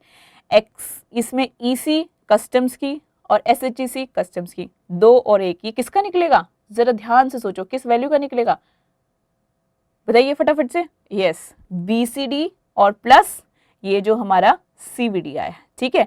40,000 70,000 इसका 2%, 40,000 70,000 का 1%, ये आ गए दोनों फिगर्स, ठीक है। अब स्पेशल सीवीडी कंप्यूट करने के लिए हमने क्या करना होता है, हमने एसेसिबल वैल्यू प्लस उसके अंदर बीसीडी प्लस, बोलो क्या था, यस सीवीडी, हाँ ये सारा। अरे मैम इतनी टेंशन क्यों ले रहे हो, हम स्पेशल सीवीडी करते वक्त तो इन सबका टोटल ले लेते हैं, it's easy to remember. In fact हमें ये भी लेना है, ये भी लेना है, ये भी, जितने भी हमने अभी तक कंप्यूट किया हमें सारी फिगर्स उठानी, फिर भी अगर हमारी ये सारी फिगर्स ना हो, हमें डायरेक्टली स्पेशल सीवीडी कैलकुलेट करना हो, तो हमें कौन कौन सी फिगर्स उठानी पड़ती है, हमें पूरी एसेसिबल वैल्यू उठानी है, बीसीडी हमें लेना है, हमें सीवीडी लेना है, ईसी लेना है, एसएचईसी लेना है, ठीक है। टोटल फिगर जो भी आएगी 4%, ये 4% किसने दिया है मैम, स्पेशल सीवीडी का रेट अभी तो क्वेश्चन में दिया हुआ था, आर यू फॉरगेटिंग, 4% इज 20,548। ये करने के बाद जो आया, तो अगर अब मुझे कस्टम ड्यूटी पेबल निकालना है तो कस्टम ड्यूटीज कहाँ है, 40,000 70 28 1 25, ये सारा अगर मैं ऐड कर दूं तो 1,34,000। क्या मुझे 4 लाख भी इसमें ऐड करना था, नहीं, वो एसेसिबल वैल्यू है, वो तो वो वैल्यू है जिसपे ये सब निकला है, मुझे क्या बताना है कस्टम ड्यूटी कितनी पे करनी है। अच्छा, सैनवेट क्रेडिट किस चीज का मिलेगा मुझे, मैन्युफैक्चरर को, सारी फिगर्स पे दे दूं या इस टोटल पे दे दूं, नहीं नहीं नहीं, सीवीडी एंड स्पेशल सीवीडी, इन दो फिगर्स का ही सैनवेट क्रेडिट मिलेगा मैन्युफैक्चरर को, 70,400 और स्पेशल सीवीडी 20,548। आई होप इसके साथ ये पूरा वैल्यूएशन वाला पॉइंट आपको समझ आ गया होगा बहुत अच्छे से। चलिए, ये थोड़ा सा लास्ट का पॉइंट रह गया है, इसके साथ हमारा कस्टम्स खत्म हो जाएगा। जो आपकी टीवी होती है ये एक्सेप्ट होती है only subject to certain conditions. Certain conditions क्या होंगी उसका, फॉर एग्जांपल जैसे कि कंसिडरेशन जो है वो कंसिडरेशन फुल होना चाहिए, किसी और मींस में नहीं होना चाहिए, कुछ और तरीके से है तो हमें मॉनेटरी वैल्यू में से लेना होगा, वो किसी फेवरेबल पर्सन की तरफ नहीं होना चाहिए, उसमें कुछ क्या कहते हैं, कुछ डिफरेंसेस नहीं होनी चाहिए नॉर्मल मार्केट प्रिवेलिंग से, ये सब चीज़ें हमें कंसिडर करना है। अगर वो सब सही है, वो जो पैरामीटर्स दिए गए हैं, तो हम उस टीवी को एक्सेप्ट कर लेते हैं, ठीक है। लेकिन अगर वो टीवी एक्सेप्ट नहीं होती फॉर सम रीजंस, लाइक मैंने अपने किसी फेवरेबल पर्सन से खरीदा है, उसने मुझे एक वैल्यू दे दी है, तो क्या मैं वो जो दी है एज इट इज उठाऊंगी, और नहीं उठा रही तो मेरे पास क्या चाह रहा है मेरे पास, मुझे असेसिबल वैल्यू कंप्यूट करने के लिए बहुत सारे मेथड्स मिले हुए हैं। वो कह रहा है कोई बात नहीं, एक ही तो फेल हुआ है, हम तो इतनी लंबी लिस्ट लिए खड़े हैं, कौन सा है, वो कह रहा है कि ठीक है फिर क्या करो, इसकी टीवी निकालो आइडेंटिकल गुड्स से, या इसकी टीवी निकालो, ये भी नहीं हुआ सिमिलर गुड्स उठा लो। आइडेंटिकल और सिमिलर में क्या डिफरेंस था, क्या ये भी अलग अलग चीज़ें थी, ये तो नॉर्मल सेम सा नहीं लगता है, इतना ही सेम लगता है जितना मेरे को और आपको बोलने में सेम लग रहा है।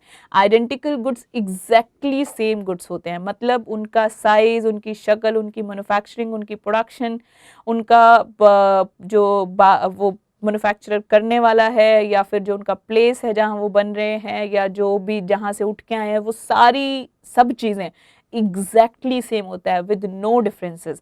Identical goods, one can replace the other one.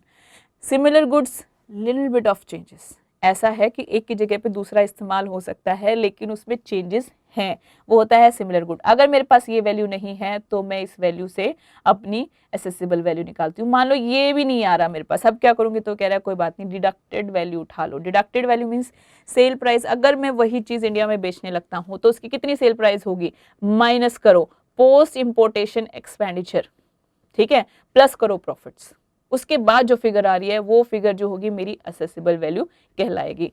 Next is computed value. Computed value मतलब मैं बैठी हूँ अब कंप्यूट करने के लिए, ठीक है, मुझे कहीं से वैल्यू नहीं मिली तो मैं निकालूंगी मेरी वैल्यू। कैसे निकालते हैं हम, किसी भी प्रोडक्ट के लिए अगर हमें प्राइस निकालनी है तो कैसे निकालते हैं, हम कहते हैं भाई प्रोडक्शन कॉस्ट बताओ कितनी आई, लिख दिया, कितना खर्चा हुआ लिखो, कितना प्रॉफिट रखना चाहते हो लिखो, वो सब निकाल के जो आया दिस इज कंप्यूटेड वैल्यू, और उसको मैं क्या मान लूंगी अपनी असेसिबल वैल्यू। Very good. और जब कुछ नहीं होता हमारे पास तो बेस्ट क्या होता है, बेस्ट जज वैल्यू। मुझे क्या लगता है कि उसकी कितनी प्राइस होनी चाहिए थी, वही उसकी असेसिबल वैल्यू होगी। ये सब किस लिए हुआ, ये सब हुआ क्योंकि मुझे at the end custom duties पे करनी है, उसके लिए मुझे रेट चाहिए और असेसिबल वैल्यू चाहिए।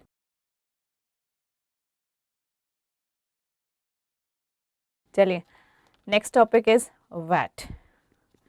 ठीक है, वैट जो होता है बेसिकली हमें भी पता है कि वैट जो है अपने आप में कुछ है नहीं, this is just an method of valuing tax. अच्छा, वैट की फुल फॉर्म क्या होती है, जो हम लोगों को इस लेवल पे पता होना चाहिए, छोटा सा क्वेश्चन छोटे से बच्चों के लिए।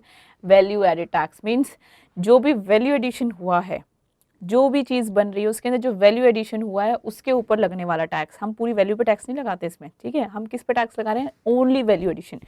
वेरिएंट्स क्या है वैट के, ग्रॉस प्रोडक्ट, कंजप्शन वेरिएंट और इनकम वेरिएंट। ठीक है, ये जो वेरिएंट है ये क्या कहते हैं, टैक्स लगाओ पूरी सेल पे, टैक्स लगाओ पूरी सेल पे, टैक्स लगाओ पूरी सेल पे, वेरिएंट ये कहता है वैट का। पूरी सेल पे टैक्स लगेगा, ठीक है, लेकिन सेट ऑफ, क्या वो तीनों का डिफरेंट है, अगर वो तीनों का डिफरेंट नहीं होता तो हमें 3 डिफरेंट मेथड्स पढ़ने की जरूरत ही क्या थी, राइट। हमें ये तीनों अलग अलग करने हैं। Gross product, add it says gross product, तो वो कहता है कि मैं सारी की सारी सेल पे टैक्स लगाऊंगा लेकिन सेट ऑफ सिर्फ किसका दूंगा, इनपुट का, राइट।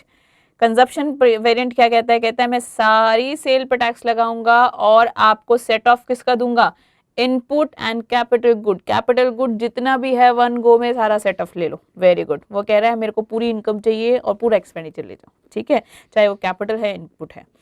इनकम वेरिएंट, क्योंकि ये इनकम की बात कर रहा है, ठीक है, तो ये क्या कहता है, सारी सेल पे टैक्स लगाओ, इनपुट के सेट ऑफ ले लो, लेकिन कैपिटल गुड का सेट ऑफ कैसे मिलेगा, इंस्टॉलमेंट्स में। यही कह रहा था ना, राइट, ठीक है।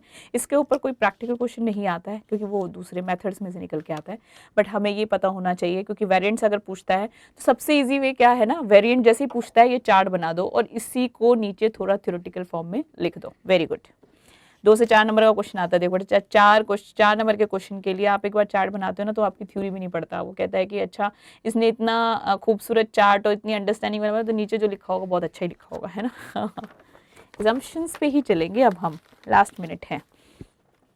अच्छा, अब ये जो है ये है हमारा method of computation of VAT, ठीक है, method of computation of VAT. VAT को कंप्यूट करने के लिए अब यहाँ पे देखो वैट, वैल्यू एडेड टैक्स को कंप्यूट करने के लिए कितने मेथड्स हैं, तो हमारे पास अप्रॉक्सीमेटली 3 मेथड्स हैं, ठीक है, एडिशन, सब्ट्रैक्शन और इनवॉइसिंग, ठीक है। इनवॉइस मेथड है, सब्ट्रैक्शन मेथड है, एडिशन। इन 2 मेथड के अंदर हम पहले निकालते हैं वैल्यू एडेड क्या है और उसके ऊपर हम रेट ऑफ टैक्स लगा देते हैं तो हमारा वैट आ जाता है, ठीक है। वैल्यू एडेड एडिशन मेथड क्या कहता है, वो कहता है कितना ऐड हुआ है, कॉस्टिंग, फैक्टर कॉस्टिंग कितनी ऐड हुई है, प्लस करो तुम प्रॉफिट कितना चार्ज करना चाहते हो, दोनों का ऐड किया, मेरा वैल्यू एडेड आ गया। टैक्स रेट क्या है, वो टैक्स रेट के साथ इसे मल्टीप्लाई करो और हमारे पास जो आ जाएगा उसको हम क्या बोलेंगे, वैट। रेट क्या है, रेट ये सारे हैं जो हम पढ़ेंगे थोड़ी देर बाद। सब्ट्रैक्शन क्या था, फटाफट से, सब्ट्रैक्शन वैल्यू एडिशन, सब्ट्रैक्शन है ना, मतलब माइनस करने की बात हो रही है, तो कह रहा है सेल्स प्राइस जो भी आपने रखी है ना उसमें से परचेज प्राइस को माइनस कर दो, सब्ट्रैक्ट कर दिया, सब्ट्रैक्शन मेथड। जो आया वो क्या है, वैल्यू एडेड, डेफिनेट सी बात है, जितने में मैं बेचना चाहती हूँ, यही बात तो कह दी इसने, यही बात की ना, परचेज प्राइस को लेस करते ही क्या रह गया, फैक्टर कॉस्ट प्लस प्रॉफिट, यही तो रहा, तो इसने लेकिन उसे इस तरीके से बोला, तो ये sales price minus purchase price value addition into tax rate, तो मेरे पास जो आया वो क्या आ गया, VAT. Very good. Invoice method, invoice method में मुझे रेट की जरूरत नहीं पड़ती, क्यों नहीं पड़ रही थी, क्योंकि यहाँ पे जब मैं टैक्सेस की ही बात कर रही हूँ तो जो डिफरेंस अमाउंट आएगा वो टैक्स ही तो आ रहा था, right. Tax on output minus tax on input, sales के टैक्स में से परचेज के टैक्स को माइनस कर दो तो जो बचेगा वो क्या है आपका, वैट, ठीक है। हमारे वैट रेट्स क्या हैं, 0 rated, 1% on precious and semi precious metals, 5% किस पे हैं, डिक्लेयर्ड गुड्स पे, 12.5% और 3.5% अदर गुड्स पे, और इन एक्सेप्शनल केसेस 20%। अच्छा, एक क्वेश्चन और आपका थोड़ा सा घूम फिर के आ रहा था, जीरो रेटेड गुड्स और exempted goods, are they similar और they different? Yes, this is different. Exempted goods means, exempted goods वो गुड्स होते हैं जिसमें हमें अपने और पीछे जो हमने टैक्सेस दे रखे हैं उसका बेनिफिट नहीं मिलता। जीरो रेटेड गुड्स यहाँ पे जो थे, जीरो रेटेड कौन से होते हैं? क्या ये एग्जम्प्टेड वाले होते हैं? नहीं नहीं, एग्जम्प्टेड के केस में मैंने पिछले लेवल्स पे जितना भी टैक्स पे किया है उसका मुझे कोई बेनिफिट नहीं मिलता। जीरो रेटेड में सिर्फ एक ही डिफरेंस है कि जो भी टैक्स मैंने पिछले लेवल्स पे किया है उसका मुझे यहाँ रिफंड मिल जाता है। ठीक है, ये हमारा है method of computation of VAT. Good. अच्छा, हम कैसे डिफाइन करेंगे कि वैट लायबिलिटी क्या है डीलर की? ठीक है, डीलर की वैट लायबिलिटी जो प्रैक्टिकल क्वेश्चन आता है वो कैसे डिसाइड होती है, कैसे हम उसको क्रेडिट देते हैं, कैसे उसके ऊपर लगना है एंड ऑल। तो मैंने एक छोटा सा चार्ट बनाया इसके लिए जो आपको हेल्प करेगा। ठीक है, ये देखिए, ये मेरा जो डीलर है ये दिल्ली का डीलर है। ठीक है, इसने कुछ परचेजेस की हैं, कुछ परचेज इंट्रास्टेट भी हैं, इंट्रास्टेट मतलब within sale, within state, एक ही स्टेट दिल्ली की, दिल्ली में ही परचेजेस हैं। कुछ स्टेटेस इसने बाहर से लाई हैं, मान लो कि हरियाणा से खरीदा है। ठीक है, कुछ इसकी इम्पोर्टेड है। ठीक है, इंपोर्ट्स किए हैं इसने, और आगे जो ये सेल कर रहा है वो इंटर स्टेट ही कर रहा है, मतलब अपने दिल्ली में ही बेच रहा है, या फिर वो इंटर स्टेट बेच रहा है, कहीं और किसी शहर में बेच रहा है, मुंबई बेच रहा है मान लो। ठीक है, या फिर वो एक्सपोर्ट कर रहा है। तो इस सारे केस में हमें सबसे पहले जो चीज़ समझनी है वो क्या समझनी है? टैक्स इंसिडेंस की। यहाँ अट्रैक्ट क्या क्या हो रहा है? जब मैं सेल कर रही हूँ, ये डीलर जब सेल कर रहा है इंट्रा स्टेट, तो क्या लगेगा? वैट। और किसको पे करना है? वो स्टेट गवर्नमेंट को। मेरी स्टेट गवर्नमेंट कौन सी है? Delhi. Very good. Inter state के केस में क्या पे करना है? सीएसटी, है ना। वैट तो लोकल कॉन्सेप्ट है, अगर आप स्टेट से बाहर निकल रहे हो तो क्या अप्लाई हो जाता है? सीएसटी। यही तो दोनों का डिफरेंस है, राइट। सीएसटी पे करोगे किसको? आप इस वक्त सीएसटी पे करोगे स्टेट गवर्नमेंट को। वो कौन है? दिल्ली। Very good.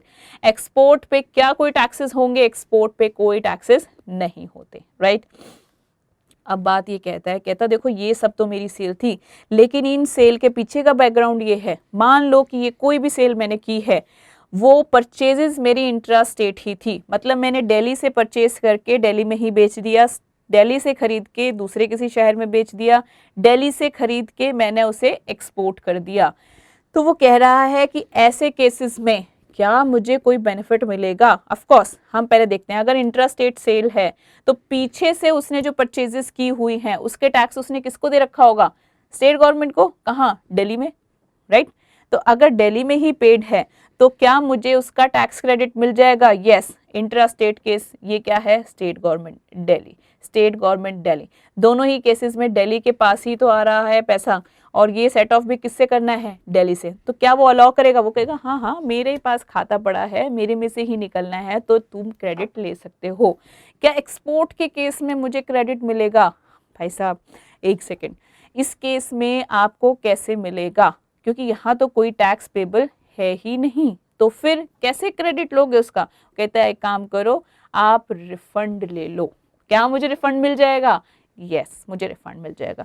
आप एक सेकंड के लिए इमेजिन करो कि ये इंटर स्टेट्स है, ठीक है, जो ये इंटर स्टेट परचेज थी, यहाँ पे मैंने किसको दिया हुआ है? इसमें इसने हरियाणा गवर्नमेंट को पे किया हुआ है, ठीक है, जो सीएसटी पे किया है। Haryana government, Delhi government, Delhi government और नो टैक्स पेबल।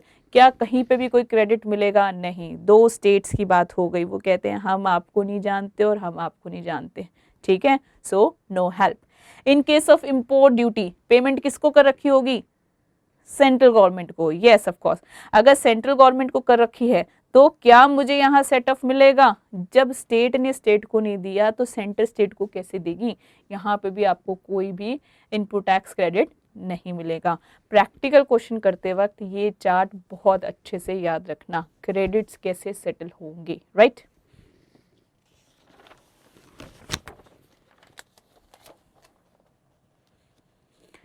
एक आपका टॉपिक है कंपोजिट स्कीम का, छोटा सा टॉपिक है, और बहुत इंटरेस्टिंग है, मुझे बहुत अच्छा लगता है। देखो कुछ एक ऐसे डीलर्स होते हैं, वो कहते हैं कि I want to opt for composite scheme. हम कहते हैं क्यों, क्या हुआ? वो कहता है इतने सारे रेट हैं और जो मेरे स्टेट में, देखो आप लोगों को सबको पता है कि वैट जो है वो किसका कॉन्सेप्ट है, स्टेट गवर्नमेंट का, ठीक है। तो स्टेट गवर्नमेंट के ऊपर हर स्टेट का एक अलग रूलिंग है, कब वो पैसे आपसे, कब वो ड्यू डेट क्या है फाइलिंग की, आपसे कब पेमेंट्स ले रहे हैं, कितनी ले रहे हैं, क्या रेट लगा रही है, सब किस में लिखा हुआ है, स्टेट गवर्नमेंट के रूल्स में। इसलिए उसको हम पढ़ भी नहीं सकते, क्योंकि इतने सारे स्टेट्स का हम कैसे पढ़ेंगे, ठीक है। उसमें हमेशा क्वेश्चन में आपको हर परसेंटेज गिवन होता है, राइट। कंपोजिट स्कीम वाला बंदा जो है वो ये कहता है कि यार मुझे है ना ये रेट बहुत हायर लग रहा है, मैं थोड़ा कंपनसेटिंग रेट के साथ काम करना चाहता हूँ। तो गवर्नमेंट कहती है यू आर मोस्ट वेलकम, ठीक है। और आजकल तो हम क्या कर रहे हैं, छोटे छोटे डीलर्स को भी प्रमोट कर रहे हैं, है ना। तो हम कहते हैं कि आओ जी हम आपकी हेल्प करेंगे। लेकिन देखो जब भी हेल्प होती है उसके पीछे क्या होता है, कंडीशन होती है। हम कहते हैं शर्तें हैं, पूरी करोगे तो हम आपको आपका चाहा हुआ बेनिफिट भी देंगे। और शर्तें कोई ऐसी भारी नहीं है। पहली चीज़ वो कहता है कि आपकी परचेज और सेल्स दोनों कैसी होनी चाहिए, इंट्रा स्टेट। अगर आप कंपोजिट स्कीम पे काम करना चाहते हो तो आपको सेल और purchase within a state ही करनी है। अगर गलती से मेरे पास कोई और स्टेट का माल पड़ा है या कुछ और वैरायटी, क्या मैं कंपोजिट के लिए नहीं अप्लाई कर सकता? बिल्कुल कर सकते हो। आप जब भी अप्लाई करना चाहते हो पहले आपको वो सारी चीज़ें अपने यहाँ से ख़त्म करनी है, सेल आउट एवरीथिंग। आपके पास जो स्टॉक है वो स्टॉक सिर्फ और सिर्फ स्टेट का होना चाहिए, अपने स्टेट का, जिस स्टेट में आप काम कर रहे हो, ठीक है। ओनली इन दैट केस आप इस स्कीम के लिए ऑप्ट कर सकते हो, ठीक है। दूसरा, जब भी मैं वैट लगाती हूँ तो basically VAT is value addition tax. मतलब अब जो मैं टैक्स देने वाली हूँ, मेरा इनपुट टैक्स का मुझे उसमें बेनिफिट मिल रहा था, लेस कर रहे थे हम उसे, ठीक है। वो कहता है भाई साहब कंपोजिट स्कीम ये कहती है नॉर्मल केस में वैट, सेट भी आपकी टर्नओवर 10 लाख की है, नॉर्मल केस में अगर आप 12.5% ले रहे थे तो उसमें से मैं आपको क्या दे रहा था, इनपुट टैक्स क्रेडिट, ठीक है। कंपोजिट स्कीम कहती है अब आपको कोई क्रेडिट नहीं मिलेगा, ठीक। पहला हक आपसे छीन लिया गया। क्यों? क्योंकि मैं इतना लोअर रेट चार्ज कर रहा हूँ, ऑलमोस्ट नेग्लिजिबल, ठीक है। दूसरी बात उसने क्या कह दी साथ में, उसने कहा कि देखो आप क्या करते थे, आप 10 लाख में प्लस करते थे इस वैल्यू को, ठीक है, और उसमें से क्रेडिट लेते थे, तो अगले को आपने पास ऑन कर दिया था अपना टैक्स। इस केस में आप उसे पास ऑन नहीं कर सकते। This 2% has to be beared by you only and it will be from your pocket, ठीक है। आप इसको पास ऑन नहीं कर सकते। बस यही एक दो ड्रॉबैक्स हैं जिसके साथ आप सोचते हो, बट आप सोचते हो यार अगर मुझे यहाँ पे 10.5% का फ़ायदा मिल रहा है तो why not, I am ready to do it, ठीक है। तो सब करते हैं। एक छोटे छोटे से पॉइंट्स और हैं वो देख लेते हैं, उसके बाद एक प्रैक्टिकल क्वेश्चन करेंगे।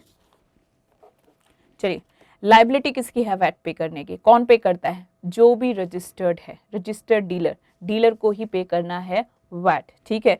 कब पे करना है? अगर उसकी ग्रॉस टर्नओवर किससे ज़्यादा है, 5 लाख से, जो कि एक ऐसी फिगर है जो चेंज होती रहती है। इनफैक्ट स्टेट्स में भी अलग अलग लेवल पे है ये, तो इसलिए हम इसको ज़्यादा एम्फेसाइज नहीं कर सकते, हमने जस्ट एक फिगर को उठा लिया है जो एक दो स्टेट्स में कॉमन है, बट अदर जगह बहुत है, दिल्ली में तो ये बहुत हायर वैल्यू है, ठीक है।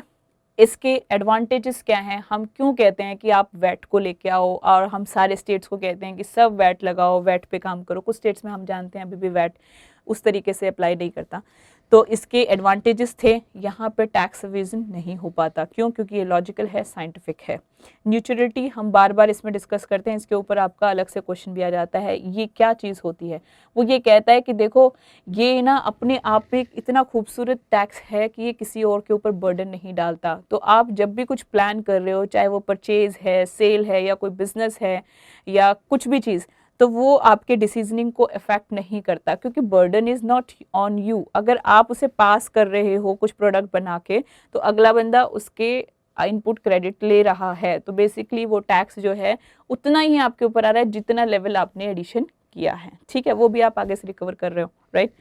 सर्टेनिटी है, ट्रांसपेरेंसी है क्योंकि पूरा प्रॉपर चलता है, बेटर रेवेन्यू कलेक्शन है। क्यों है? क्योंकि टैक्स क्रेडिट हर स्टेप पे मूव कर रहा है, और उसी के लिए एक प्रायर कंडीशन क्या लगी हुई है कि आपने पेमेंट ऑफ टैक्स किया है, इसकी हमें रिसीट अवेलेबल कराइए। अगर आपके पास प्रूफ है तो ही आपको क्रेडिट मिल रहा है और नहीं तो नहीं मिल रहा। ठीक है, इतनी लंबी चेन है, एक आदमी गलत कर सकता है, दो कर सकते हैं, लेकिन तीसरा जिसके पास पहुंचा ही नीड्स दैट, इसका मतलब वो सबको स्ट्रिक्टली ओबे कराएगा। इसलिए यहाँ पे रेवेन्यू किसके लिए, गवर्नमेंट के लिए ज़्यादा ऑप्शंस हैं। Not eligible input tax credited under VAT, ITCs जो वैट में अवेलेबल नहीं है। किस किस को नहीं है, अगर आपने किसी अनरजिस्टर्ड डीलर से ले लिया तो अनरजिस्टर्ड डीलर है तो उसका कैसे मिलेगा आपको, क्योंकि हमारी कंडीशन ही क्या थी, आपको प्रूफ चाहिए। ठीक है, उसके पास कोई प्रूफ नहीं है। दूसरा, अगर आप किसी और स्टेट या कंट्री में करते हो, क्यों, क्योंकि वहां तो CST आ गया या इंपोर्ट एक्सपोर्ट आ गया, वहां पे भी आपको ITC नहीं मिलेगा। Goods for manufacture of exempted good, exempted goods हैं, हमने अभी पढ़ा था, ये जीरो रेटेड नहीं है, एग्जाम्प्टेड गुड्स है। एग्जाम्प्टेड गुड्स के केस में मुझे कोई ITC नहीं मिलता, अगर ये जीरो रेटेड होते तो मुझे रिफंड मिल जाता। डिस्पैच्ड आउटसाइड, बाहर चला गया, क्या मुझे ITC मिलेगा, नो वेज। ठीक है, अगर dealer do not have invoice, अगर डीलर के पास इनवॉइस ही नहीं है, मीन्स उसके पास प्रूफ नहीं है, प्रूफ नहीं है तो ITC is not available. Dealer ने खुद ऑप्ट किया है कंपोजिट स्कीम के लिए, क्या कंपोजिट स्कीम में हमें ITC मिल रहा था, अभी जस्ट तो पढ़ा है हमने, यही तो उसके ड्रॉबैक्स थे, दो में से एक हम नहीं दे सकते ITC। ठीक है, या फिर आपने पर्सनल पर्पस के लिए यूज कर लिया है या आपने गिफ्ट दिया है। ठीक है, रेट्स ये सारे अभी हमने पढ़े थे। ठीक है, रिटर्न्स जो हैं generally state to state level vary करते हैं, बट नॉर्मली ये monthly, quarterly, annually state rule के हिसाब से चलता है। ठीक है, और आप जब भी इसे डिपॉजिट करते हो, रिटर्न फाइल करते हो, तो you have to be along with the challans, जो भी आपने टैक्स पे किया है। विदाउट टैक्स पेड चलान्स आपकी रिटर्न फाइल नहीं होती।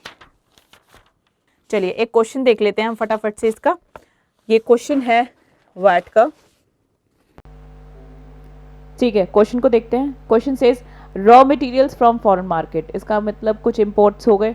Raw materials purchase from local market, ठीक है, ये हमने लोकल मार्केट से परचेजेस की हैं, जिसके अंदर कुछ टैक्सेस हमें अलग से दिखाई दे रहे हैं। Raw materials purchase from neighbouring state, इसका मतलब क्या हुआ, इंटर स्टेट्स परचेज है। ठीक है, इसके अंदर भी इसने CST इंक्लूड किया हुआ। उसके अलावा storage and transportation cost, manufacturing expenses. अब ये हमसे चाहता क्या है, ये कह रहा है Sachin sold goods to Madan and earns profit at the rate 12% on the cost of production. VAT rate on sale of such goods is 4%। There is no opening और closing stock. Very good.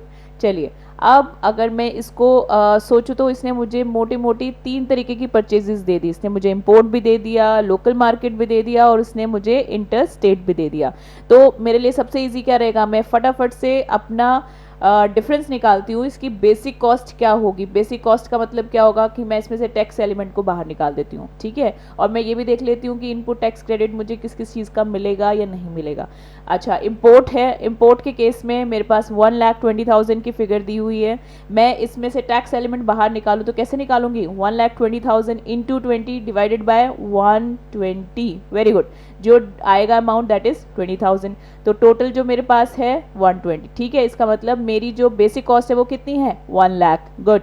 Raw material के case में ये कौन सी है, ये मेरी local market है, तो यहाँ पे मेरे लिए कॉस्ट क्या होगी, बेसिक कॉस्ट क्या होगी, खुद से ही दे रखी है, इसने मुझे कंप्यूट करने की जरूरत नहीं, क्योंकि इसने एक्साइज ड्यूटी और वैट को अलग से मेंशन किया हुआ है। अब इसने जो मुझे इंटर स्टेट्स की दे रखी है परचेजेस, उसमें उसने 51,000 दे रखे हैं, लेकिन उसने क्या कहा है, 2% इंक्लूड करता है। मतलब अगर मुझे कॉस्ट चाहिए बेसिक, तो मुझे उसमें से टैक्सेस बाहर निकालने होंगे। कैसे निकालेंगे, same process, 51,000 into 2 divided by 102, right. इससे मेरे पास फिगर आती है 1000। इसका मतलब बेसिक कॉस्ट कितनी है इसकी, 50,000। Very good. क्या मुझे यही चेक कर लेना चाहिए क्या मुझे इनपुट टैक्स क्रेडिट किसका मिलेगा या किसका नहीं मिलेगा। ठीक है, इंपोर्ट्स का मिलता है, नो, इंपोर्ट्स का हमें इनपुट टैक्स क्रेडिट नहीं मिलता। Very good. क्या मुझे लोकल मार्केट का मिलता है, यस यस, उसका मुझे मिलता है, लेकिन क्या एक्साइज ड्यूटी का भी मिलेगा, नो, सिर्फ किसका मिलेगा, वैट का। इसका मतलब 11,200 का ही मुझे इनपुट टैक्स क्रेडिट मिलेगा। क्या मुझे इंटर स्टेट का मिलेगा, CST, नो नो, ये केस भी मुझे नहीं मिलेगा। तो बेसिकली 1,20,000 पूरा का पूरा क्या मेरे कॉस्ट ऑफ प्रोडक्शन में चला जाएगा, यस। और अगर मैं लोकल परचेसेस की बात करूँ तो कितना जाएगा मेरे उसमें कॉस्ट ऑफ प्रोडक्शन में, यस, से इट एग्जैक्टली 2,50,000 प्लस 30,000, 11,200 जाएगा क्या, नहीं, उसका तो मुझे इनपुट टैक्स क्रेडिट मिल जाएगा। Very good. अब जो नेबरिंग कंट्री था, इस केस में मेरे पास कॉस्ट ऑफ प्रोडक्शन में अमाउंट कितना जाएगा, कंप्लीट 51,000, यस, कंप्लीट 20,000 और बाकी का तो हमें पता ही है हमने कैसे यूज करना है। तो let's start with the question. Okay, फटाफट। रॉ मटेरियल जो हमने फॉरेन मार्केट से खरीदा कितना है 1,20,000। रॉ मटेरियल जो हमने खरीदा लोकल मार्केट से कितना है 2,80,000। उसके बाद रॉ मटेरियल हमने नेबरिंग स्टेट से खरीदा कितना है 51,000, सब क्वेश्चन में दिया है। स्टोरेज एंड ट्रांसपोर्टेशन कितना है 9,000। मैन्युफैक्चरिंग कॉस्ट कितनी है 30,000। कॉस्ट ऑफ प्रोडक्शन कितनी हो गई मेरी 4,90,000 प्लस प्रॉफिट उसने मुझे कितना बोला है 12% of cost of production. Cost of production मेरी कितनी है 4,90,000, कितना आ जाएगा 58,800। ठीक है, मेरी सेल्स प्राइस कितनी हो जाएगी 5,48,800। वैट रेट उसने मुझे क्या बोला है 4% गिवन ऑन क्वेश्चन। इसका 4% निकालेंगे तो कितना आ जाएगा 21,952। ये जो है ये वैट मेरे लिए पेबल होना चाहिए। बट क्या मुझे इसमें से अभी देखना है कि क्या मुझे इनपुट टैक्स क्रेडिट मिलेगा? यस, आई हैव टू सी। अब क्या मुझे इंपोर्ट्स का इनपुट क्रेडिट मिलेगा? नो। क्या मुझे सीएसटी का मिलेगा? नो। मुझे सिर्फ किसका मिलेगा? Local VAT paid. और वो अमाउंट कितनी थी 11,200। उसे मैं लेस कर दूंगी तो मेरे लिए क्या आ जाएगा net VAT payable. Okay,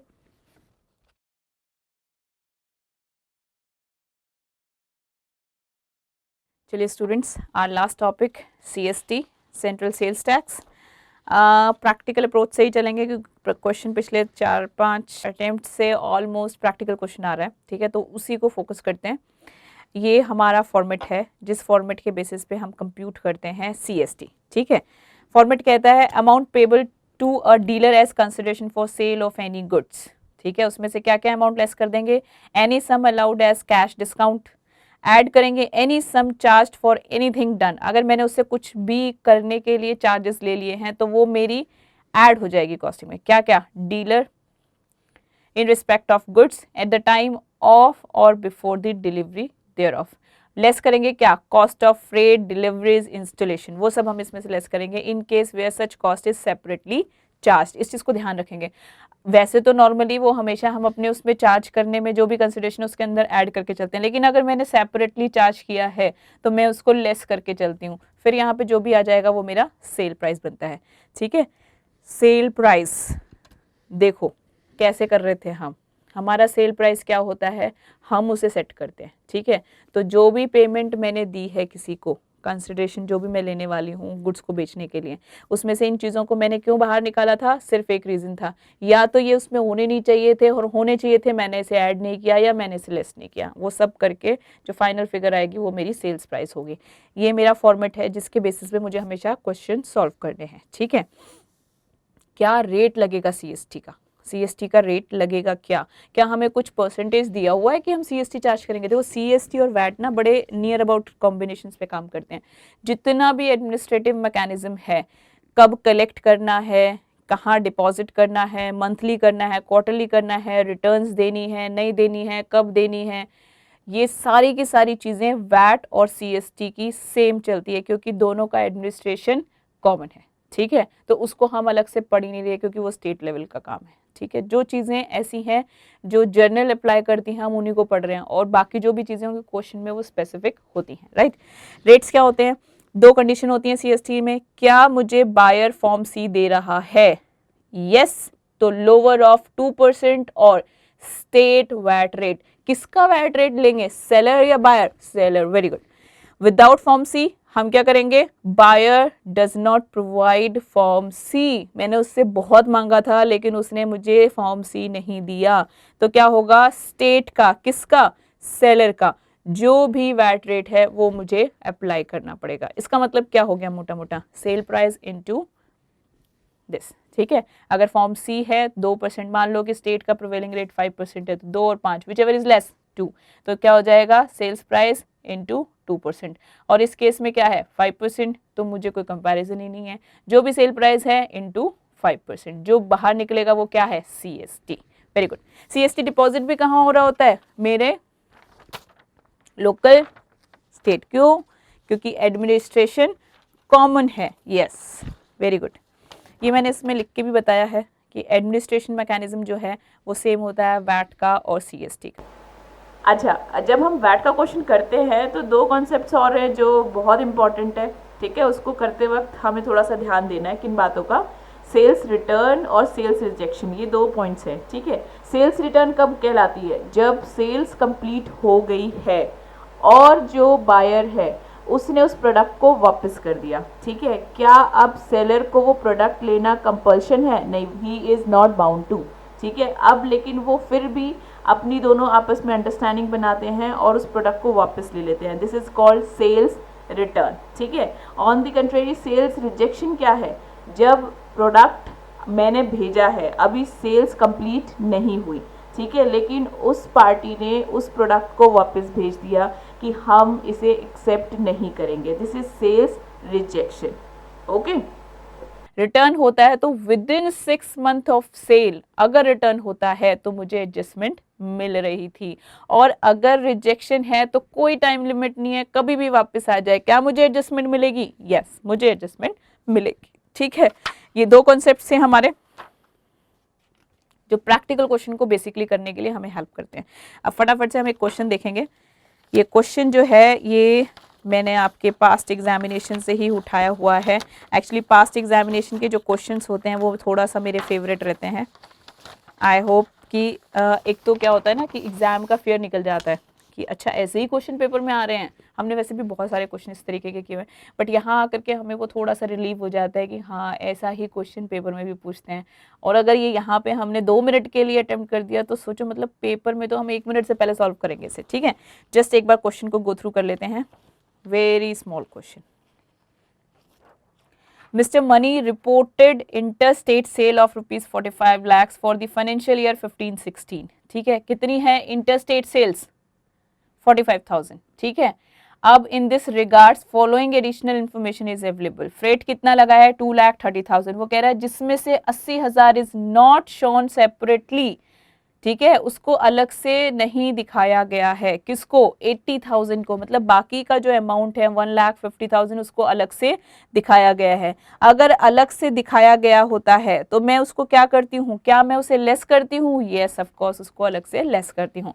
goods sold to mister X for 45,000 on 15/5/2015 were returned on 18/10।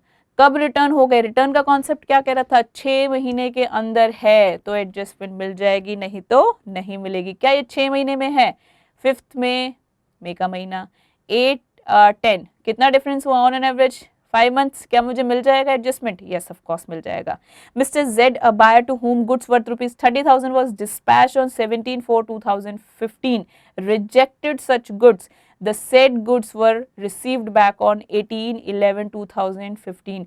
क्या यहाँ डेट्स मैटर करती हैं, नो, यहाँ कोई डेट मैटर नहीं करती क्योंकि रिजेक्शन के केस में कोई टाइम लिमिट नहीं होती। क्या मुझे एडजस्टमेंट मिल जाएगी, यस ऑफ कोर्स 30,000 की एडजस्टमेंट मुझे मिल जाएगी। अब इसने मुझसे पूछा है डिटरमाइन करिए taxable turnover and CST payable. इसकी टैक्सेबल टर्नओवर कितनी है, ठीक है, और सीएसटी मुझे कितना पे करना है। एज्यूम करिए that all transactions were covered by valid form C. Form C इसने बोल दिया है, दिया गया है। इसका मतलब रेट क्या होगा, रेट 2% और आपका local state rate 5%, which ever is lower. Very good, तो लोअर क्या है 2%, क्या अप्लाई करेगा यहाँ पे 2%। चलिए ठीक है, हम इसको देखते हैं फटाफट से कैसे सॉल्व करना है। टोटल इंटरस्टेट सेल्स कितनी है 45,000। फ्रेट जो शोन किया है सेपरेटली, 80,000 को उसने सेपरेट नहीं दिखाया इसलिए नहीं, जो सेपरेट शो किया है वो कितना है 1,50,000। Sales return within 6 months, adjustment कितनी मिलेगी, complete value. Rejection 100% value. Total कितना हो गया इसे लेस करने के बाद 42,75,000। ये मेरी जो टर्नओवर है सीएसटी की, ठीक है, मैं इसे ये सोच के लेके चल रही हूँ कि इसके अंदर सीएसटी का इन्वॉल्व है टैक्स, ठीक है। तो अब मुझे क्या करना है, मुझे इसे रिवर्स करना है, ठीक है। सीएसटी रेट वही जो मैंने आपको बोला, क्या अप्लाई करेगा 2% और 5%, विच एवर इज लोअर, तो क्या लगेगा 2%।